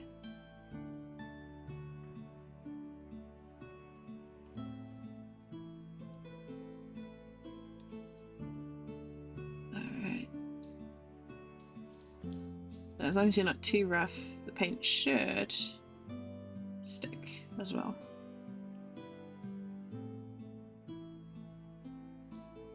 You can see at the top here where I put my fingers over the paint too early. It's come away. That's what I want to try and avoid. So I try and handle models as little as possible while I'm painting. But in some cases it's unavoidable. It's okay because I can go over that part again.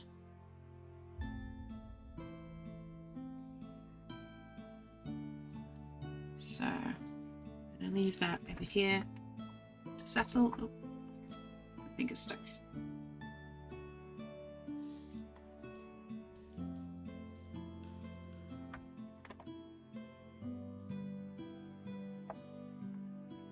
It's going to stick.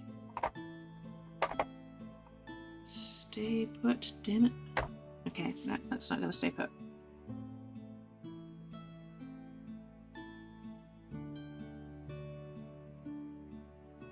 Okay, you need a bit of extra glue, I think.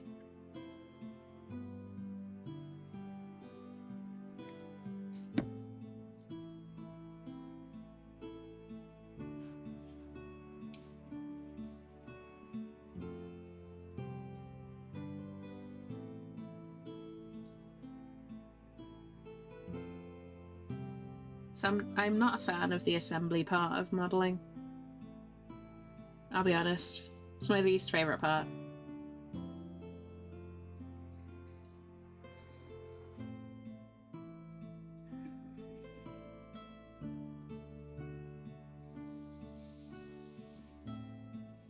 If I do that, is that gonna stay put? Nope. Man, this does not want to stay put. I have to hold it for a little bit till it's at least started to dry. That's annoying.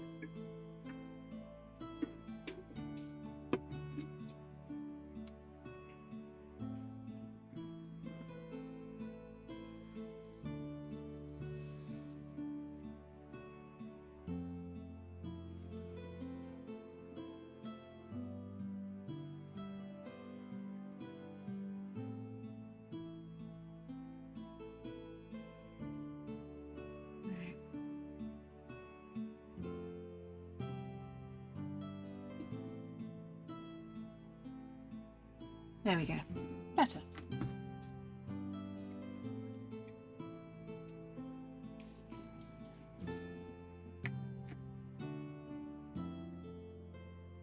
Right, next bit. The fun bit.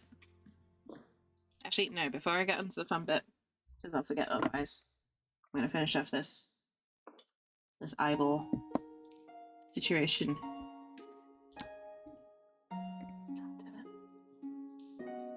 This tail's terrible.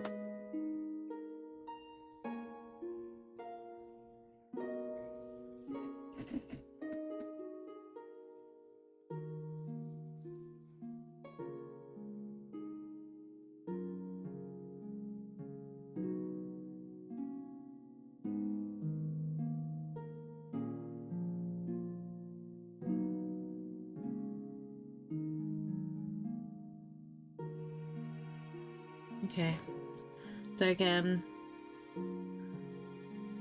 still not quite fully covering in the way I'd like it to.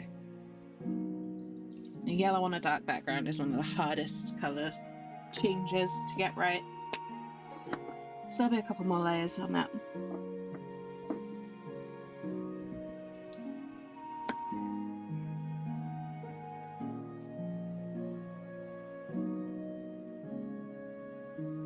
But luckily for me, Red is a much, much easier colour to work with.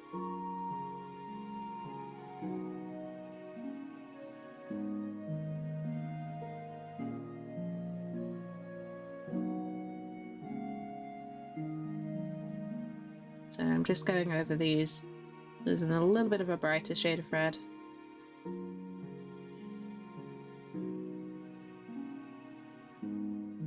So then they'll show up a little bit better.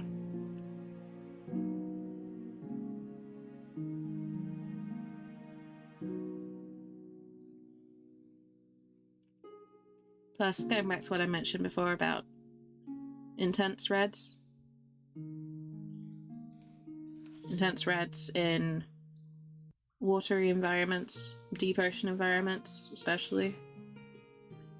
Anything with that amount of red is something you do not want to mess with.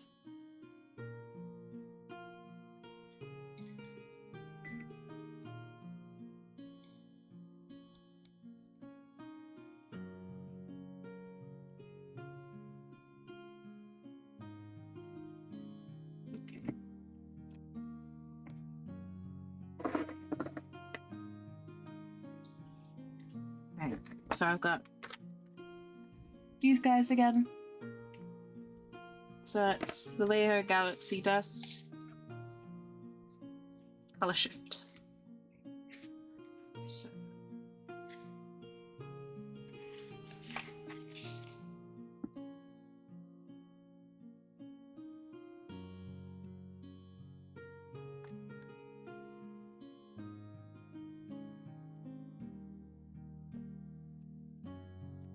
using 3 different colors on this.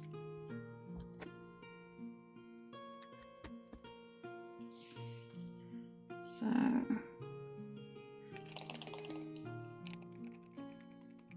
these have got a little mix of all in, so they're going to sound quite loud. I apologise.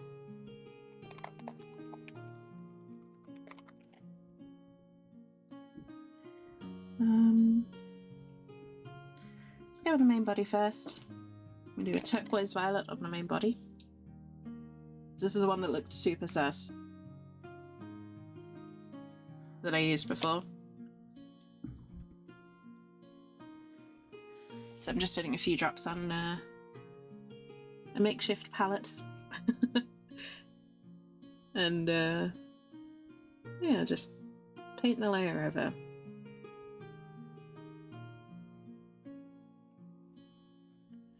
So these work best on a darker background than on a lighter background. This is why I've kept all of the colours very, very dark and gone with this sort of deep sea Dagon, rather than the traditional sort of very neon colour effects that you normally see for him. I say neon.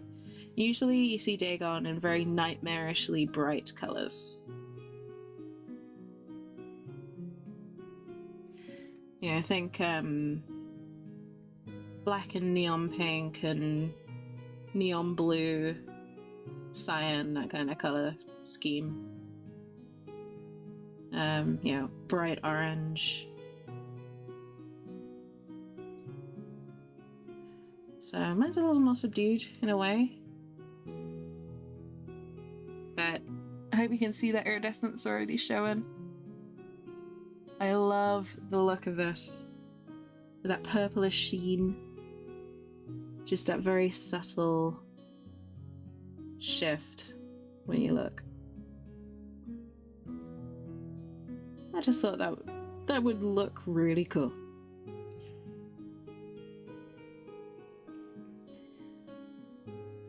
And who's to say Dagon doesn't have colour variation?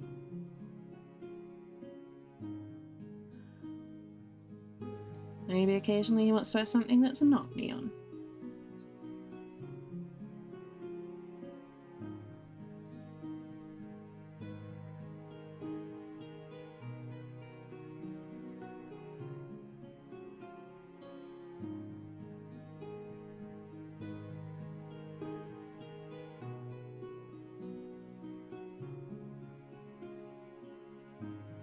Plus with it being kind of shimmery color shift. It kind of makes the skin look damp.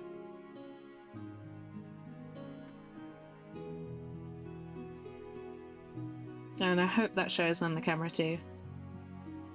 But it gives that sort of slick, just hold himself out of the water kind of a look.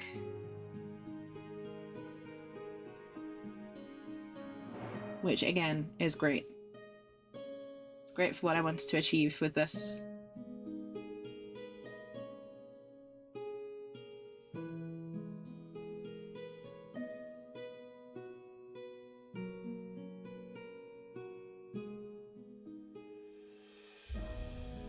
I'm absolutely in love with these iridescent paints.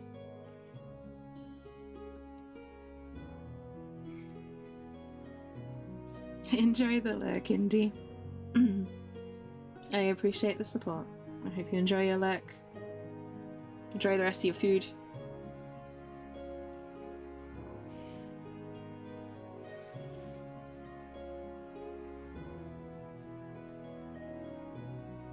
Right.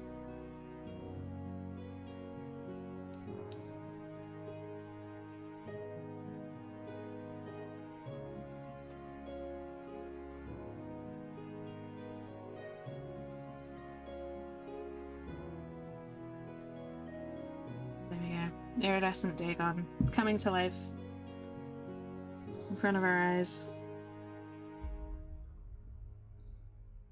It feels like cheating. Using stuff like this. Making use of these sorts of colours in one layer feels like cheating.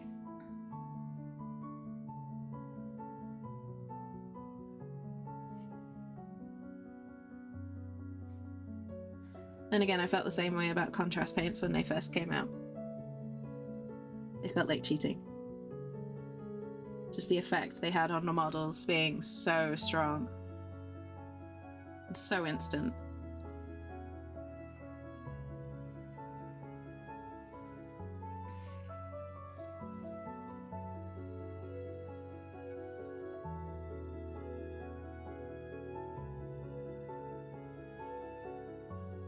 So I'm deliberately leaving some voids for shadowing in this iridescence, so it's not all going to be catching the light.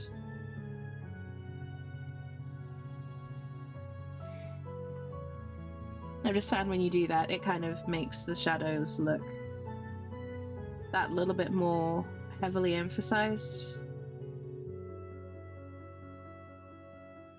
Which is nice. I'm going for a very dramatic shading style on this guy.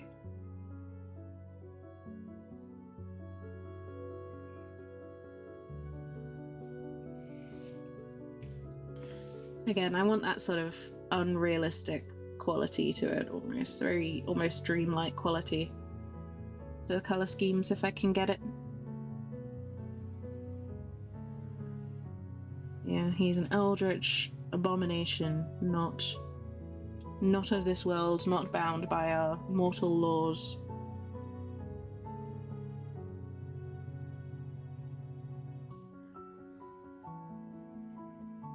Cosmic nightmare, basically.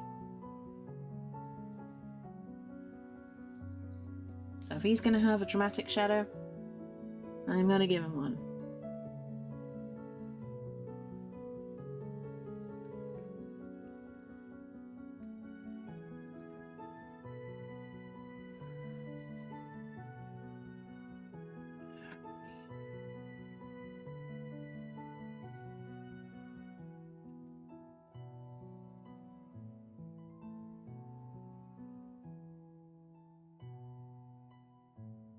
Just that instant brightening is so cool.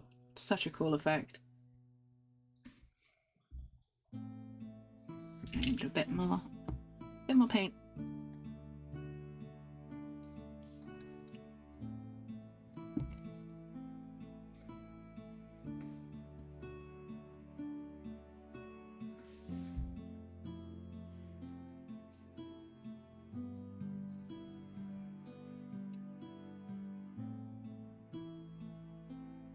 Okay.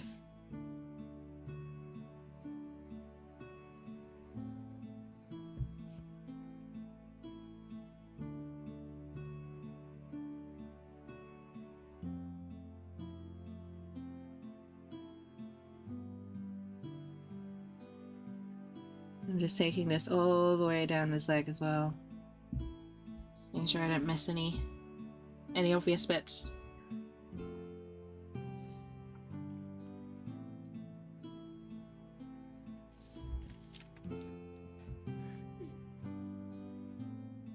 Okay. The other side of this arm too. Maybe in the shadow, but it would definitely catch the light.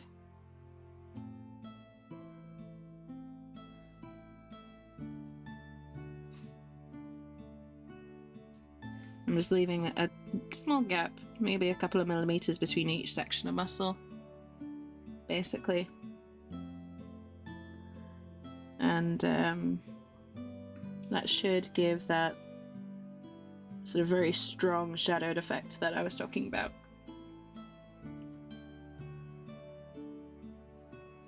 Hopefully. And if it doesn't, oh no, more iridescent for everyone. More sparkly glitter.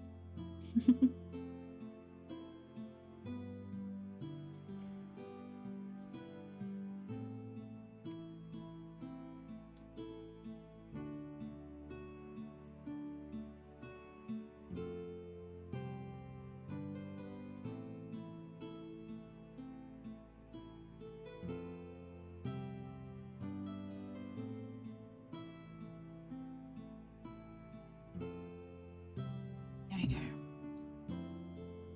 Just fill up these two bits here.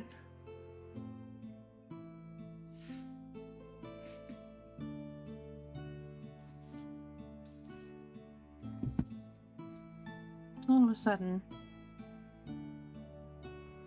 I'm getting a lot more happy with how this looks.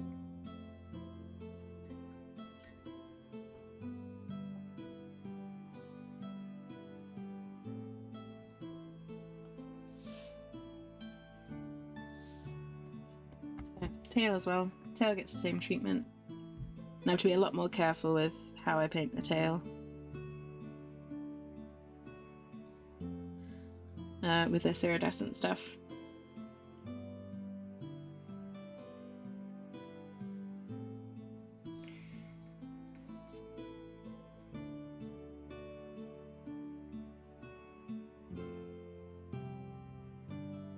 So I'm just basically just trying not to bleed this particular colour over into the purples.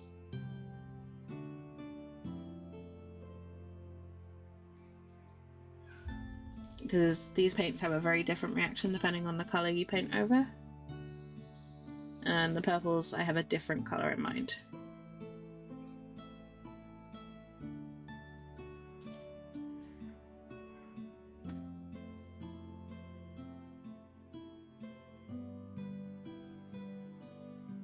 So with things like the middle tail, I'm literally just going over the bottom line. And then with this outer tail on this side, again, just very small amounts. So I'm letting it trail off a little bit.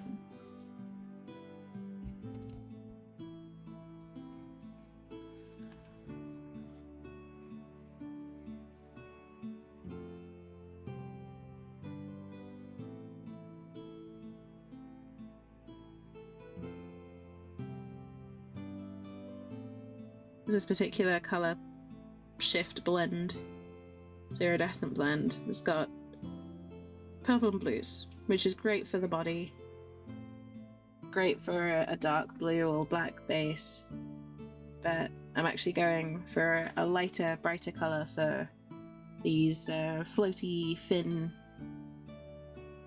areas.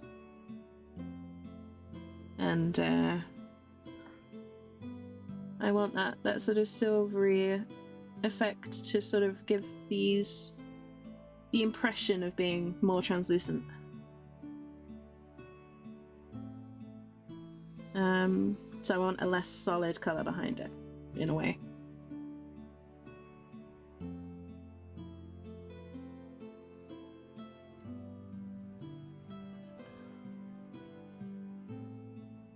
But still want it to look part of the model.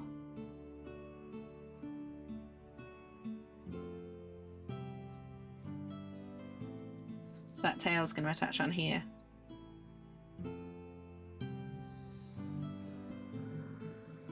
Yep. But I'm not attaching the tail just yet, because still got some painting on the main body to do, and I don't want to mess up. Not at the final hurdles. I think it's going to be green next.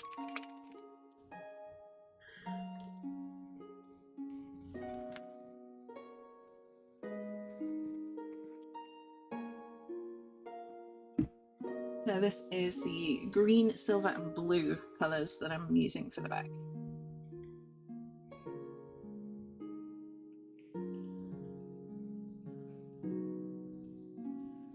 And I'm hoping it doesn't dilute the body colour too much. Now that adds to it, which it looks like it's going to do, which is good. I was worried that it was going to make the body look less good in some way, but it doesn't seem to be having that trouble.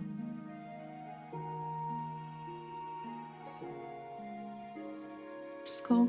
And again, because of the shimmer, looks like he's just come out of the water, just climbed out.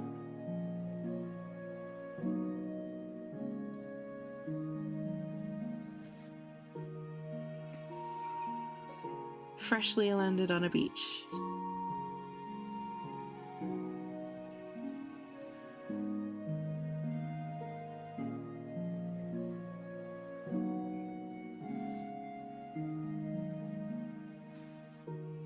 You can sort of see more of the difference between the color shifts here.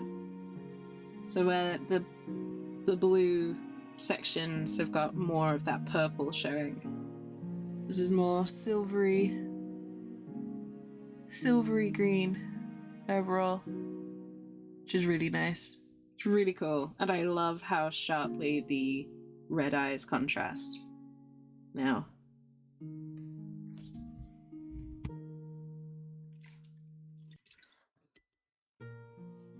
And one final colour, which is a light violet green.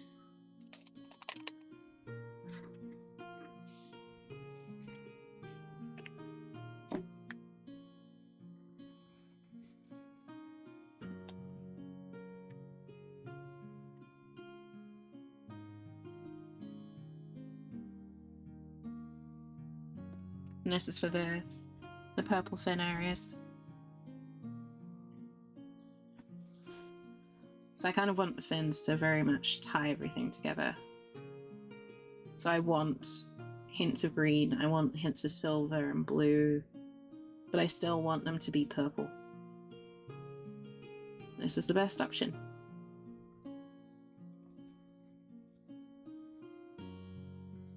So this is almost like a petrol sheen kind of a colour.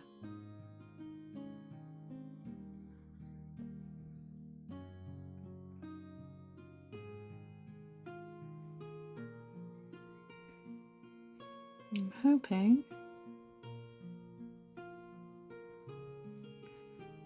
again this still keeps everything tied together rather than making it look too over the top.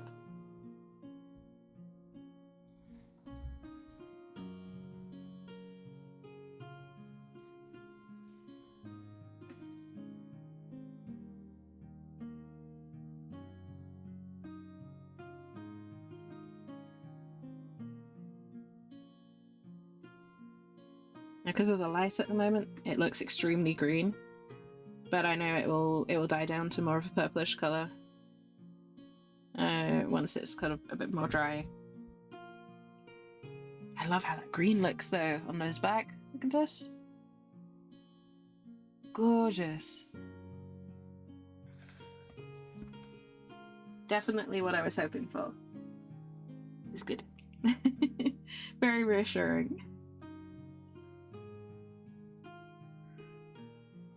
And as I thought, don't need to paint over those little spots. They just look iridescent now.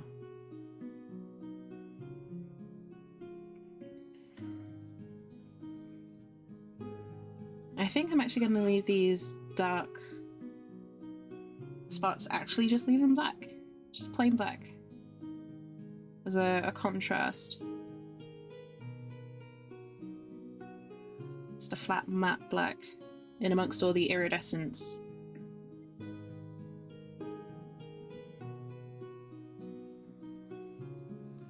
I may paint them later on, I may not, I'm not sure.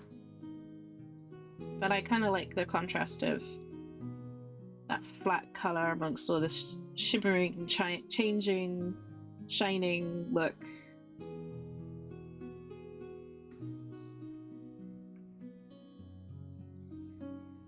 I might paint them a dark green. If I have one dark enough. I don't think I've got one dark enough though, sadly.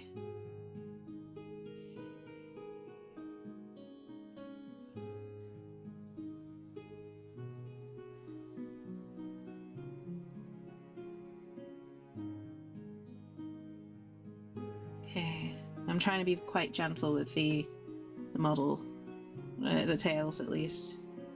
So they're still not quite fully glued.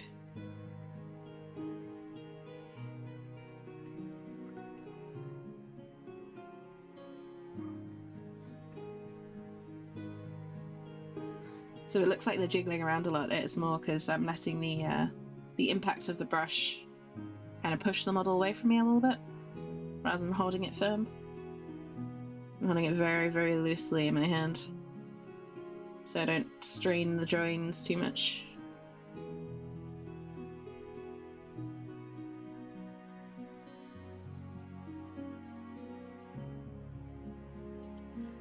Okay. And going right the way down the tip of the tail here.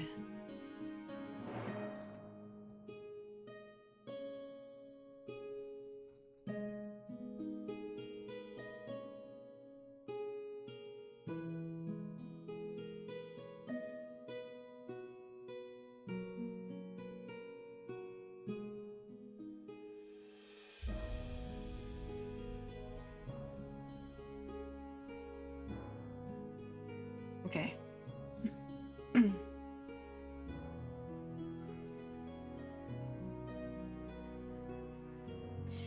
Moving down the third tail as well. So many tails. So many edges to get.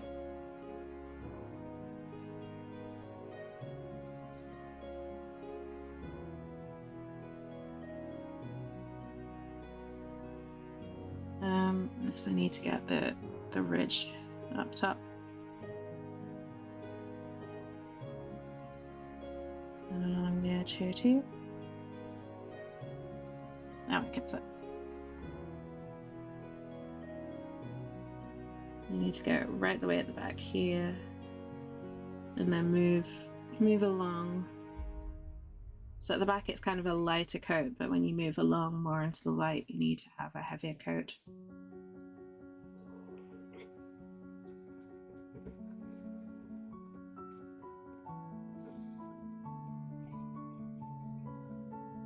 And down here as well. And here, where it's going to be very obvious, make sure it's all very deliberate. Making sure it's worked in between the ridges and the fins.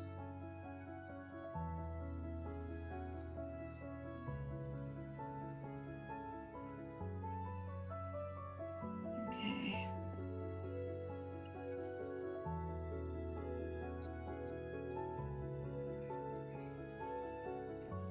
And I'm trying to make sure that the iridescence kind of joins up with the blue in the middle. And kind of helps to blend the two colours together a bit more.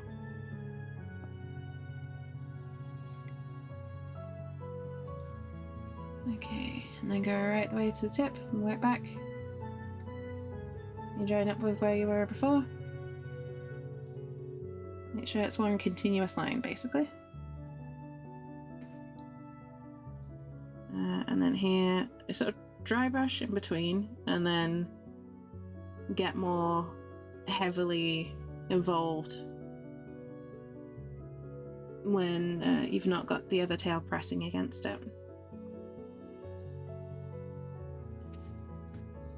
So here again, not dry brushing here, it's just making sure it's going in between all the different ridges and details.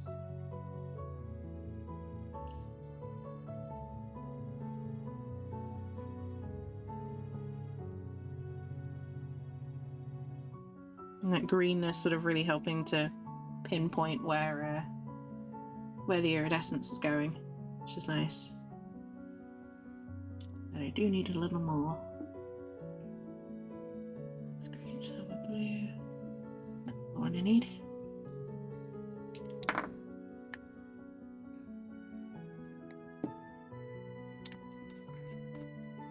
So if you're using a brush, try to take it out your mouth before you talk. It's a bad habit of mine. But if you're using a brush for these, they are supplied in dropper bottles. They're airbrush paints, so they're very, very thin consistency. You will only need a drop or two. If you're painting a model of this sort of size, I recommend putting 3 drops of your chosen colour out first, then adding more to that if you need it. But a single drop of this goes a long, long way.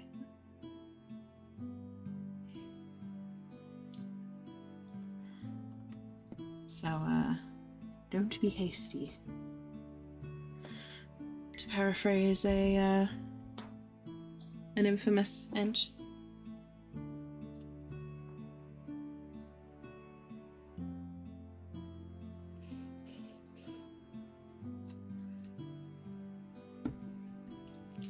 Right. So iridescent layer done. And old Dagon starting to look a lot more as we'd expect. I'm actually gonna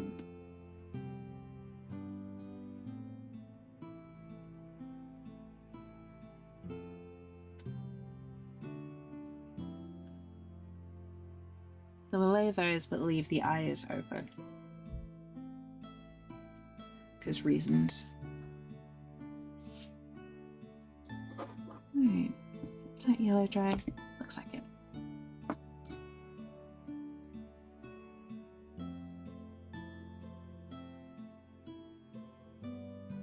There we go.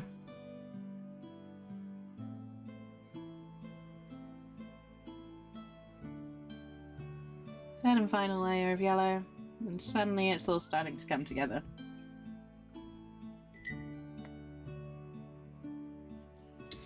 So, not quite finished yet.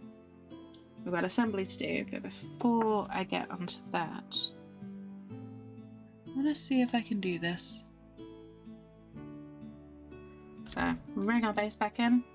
Looks kind of dull and ordinary now, I'm not gonna lie. What I will need is not a paintbrush. It's a modelling tool. Second new thing for me. Layer water texture acrylic. And I'm going to see if I can put some water texture in these little ridges and areas. Now, I've not used this before, so I don't know how it works. But it's a transparent gel. Dries clear.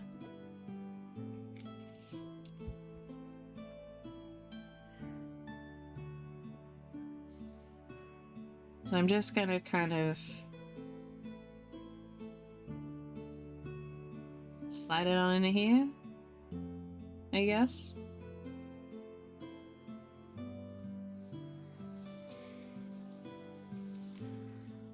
And that's why I'm using a texture tool rather than the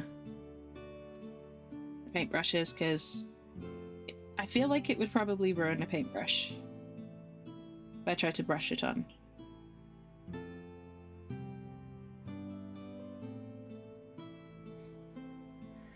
But I kind of want this to look a bit more like rock pools.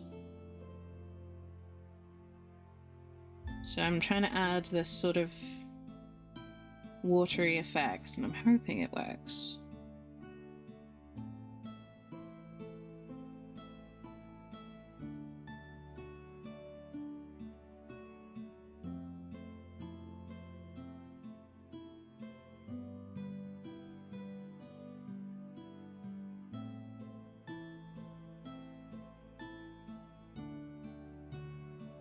It builds up quite nicely.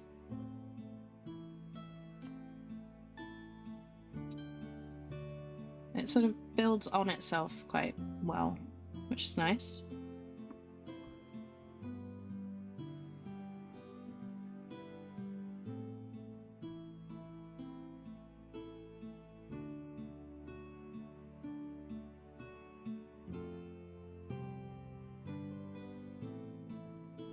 Right.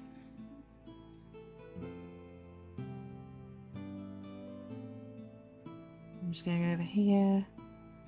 And now sort of going back and smoothing it all out. A smooth water effect experience, hopefully.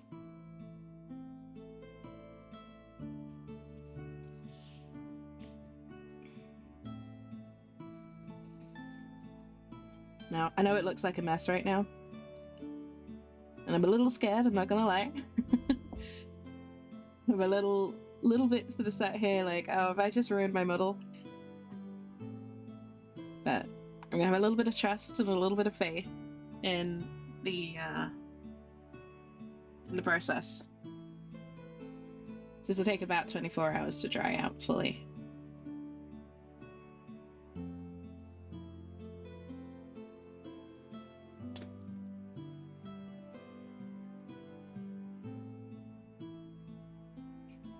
There's a big old tub of this, so I'm not worrying about, you know, how much I'm using. I'm just trying to get the best possible effect.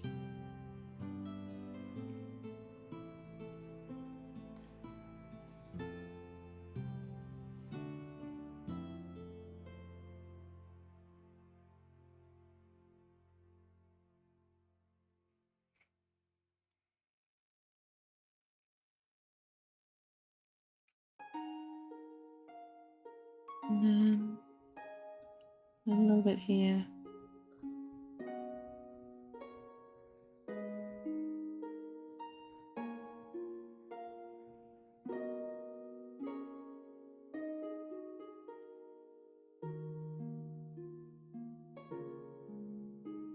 Just trying to build up some waves now.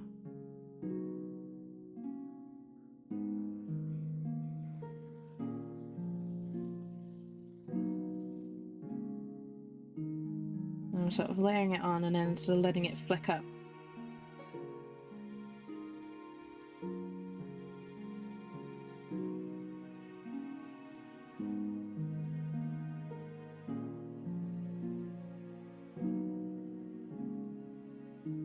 Kind of have it all sort of moving towards this way, because Dagon will be sort of sat here, so it's sort of like he's letting some of the water rush through.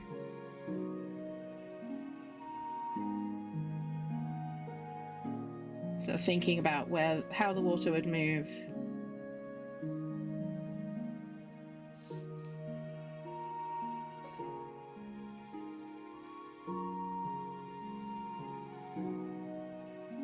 It's not easy when it's your first time using a material.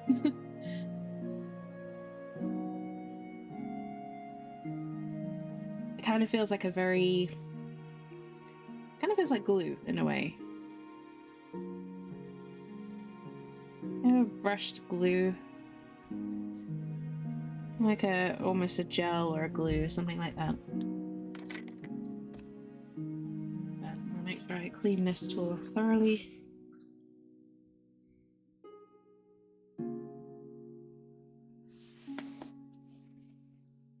I'm hoping that dries okay. Otherwise I've just ruined a model that I was very keen not to ruin.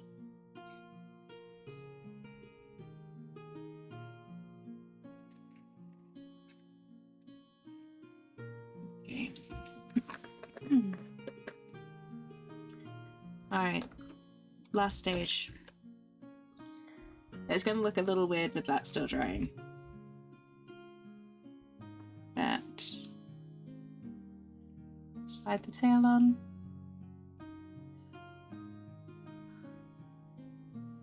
And then we have one hand up here, one hand down here, and Dagon resting sort of over this area here.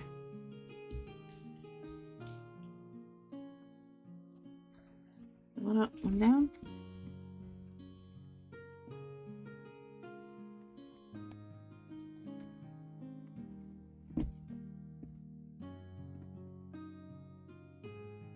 Okay, can I spin him around, please? There we go. So now he's on his base at least. Alright. Okay, that gel stuff really does clear dry. Apparently I got some on my hands. Can't even see it hardly. So that makes me a little more optimistic about that. And I'm just going to tidy up a couple of details. And I think I'll be done. Surprisingly enough.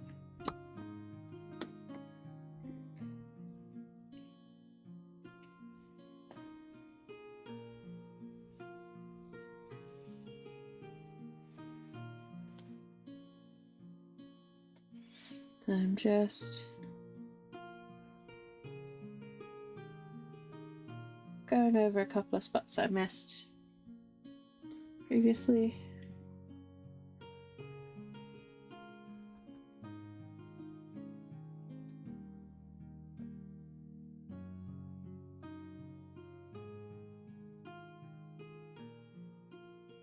Alrighty.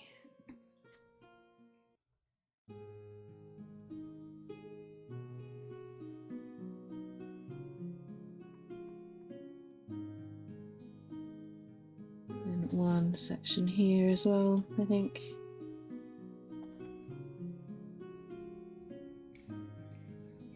Alright, still looks a little weird with the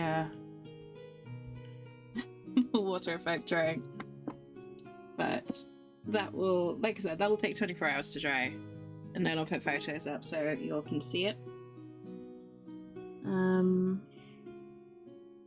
I think the teeth need a little work, and then we might be looking at being almost done. In fact, I think we are almost done.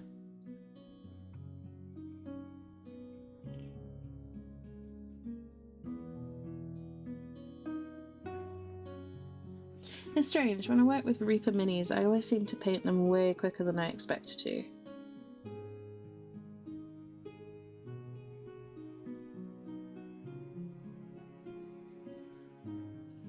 Which is kind of cool, but at the same time,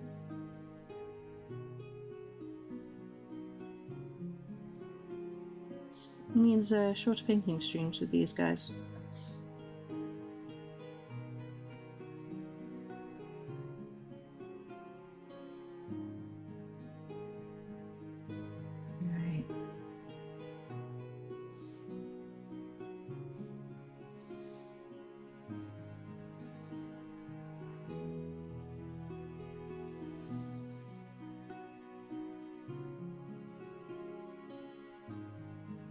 I'm just painting spines, giving them a little bit of a highlight there, just to make them look a little brighter. And then covering the last couple of gaps on the teeth.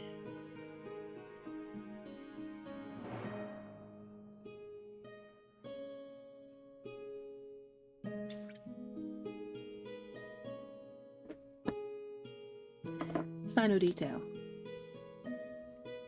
I'm grabbing blood for the blood god.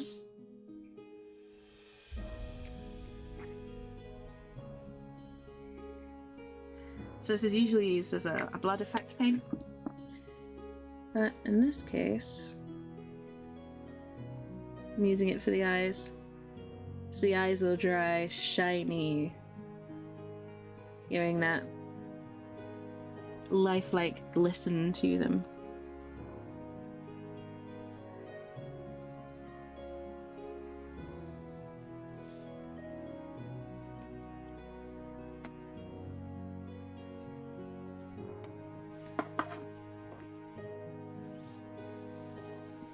And then just a tiny little dot of tidying up on the same area.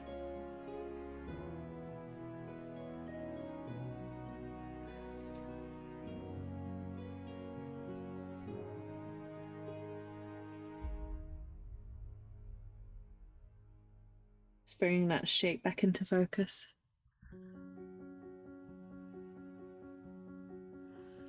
And there we have it.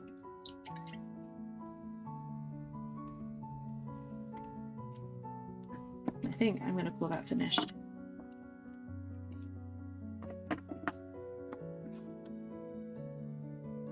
Me liking? No worries, Misha. I'm actually just about to finish. So this one didn't take as long as I thought. But we have Deep Sea Father Dagon right here in his iridescent glory. The white that you can see here should dry as like a clear gel. So I'm just kind of that's got to dry for 24 hours and cure. But I'm actually gonna call that finished. I'm actually, yeah, I'm happy with that being done. The proper photos for this will be up on Discord and Twitter. Discord, Twitter, Instagram, all that good stuff later when it's actually finished. I love the shine and the bright. It's mainly these paints. It's Vallejo, the Shifters. It's the Galaxy Dust set. They're amazing.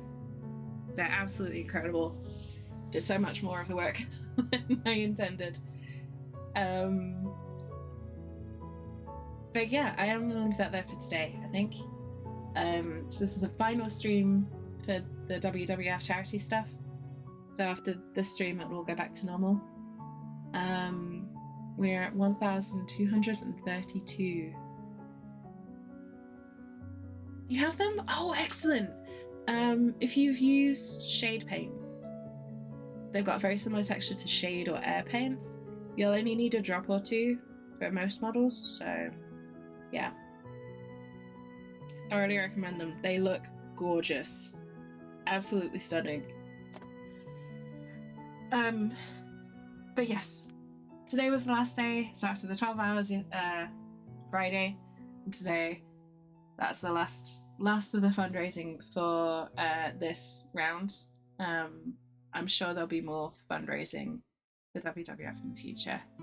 I love working with them. They're amazing. Over $1,200 is insane. That is more than we have ever raised in a single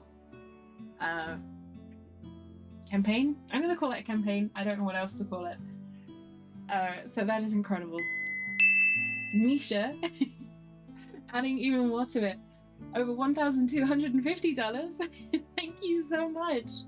Holy crap. Holy crap, that is incredible. That is amazing. I really don't have proper words to describe how incredible that is. Considering I set a $300 target before, hey, make sure that and everything. $1 is incredible. 20 is awesome. Thank you so much. And it is going to a good place. It's going to help protect the oceans. It's going to help mitigate the damage caused by overfishing. protect areas of beauty, help reverse the damage caused by climate change, protect reefs, fish, turtles, maybe even a few beasties like Dagon. Who knows? So it is hugely important. Thank you, Misha. And thank you everyone who's donated. You can still add to the Tiltify until Monday, but I won't be streaming between now and Monday, but you can add to it offline if you wish. I'll put the link up on my Twitter for anyone who wants to find it.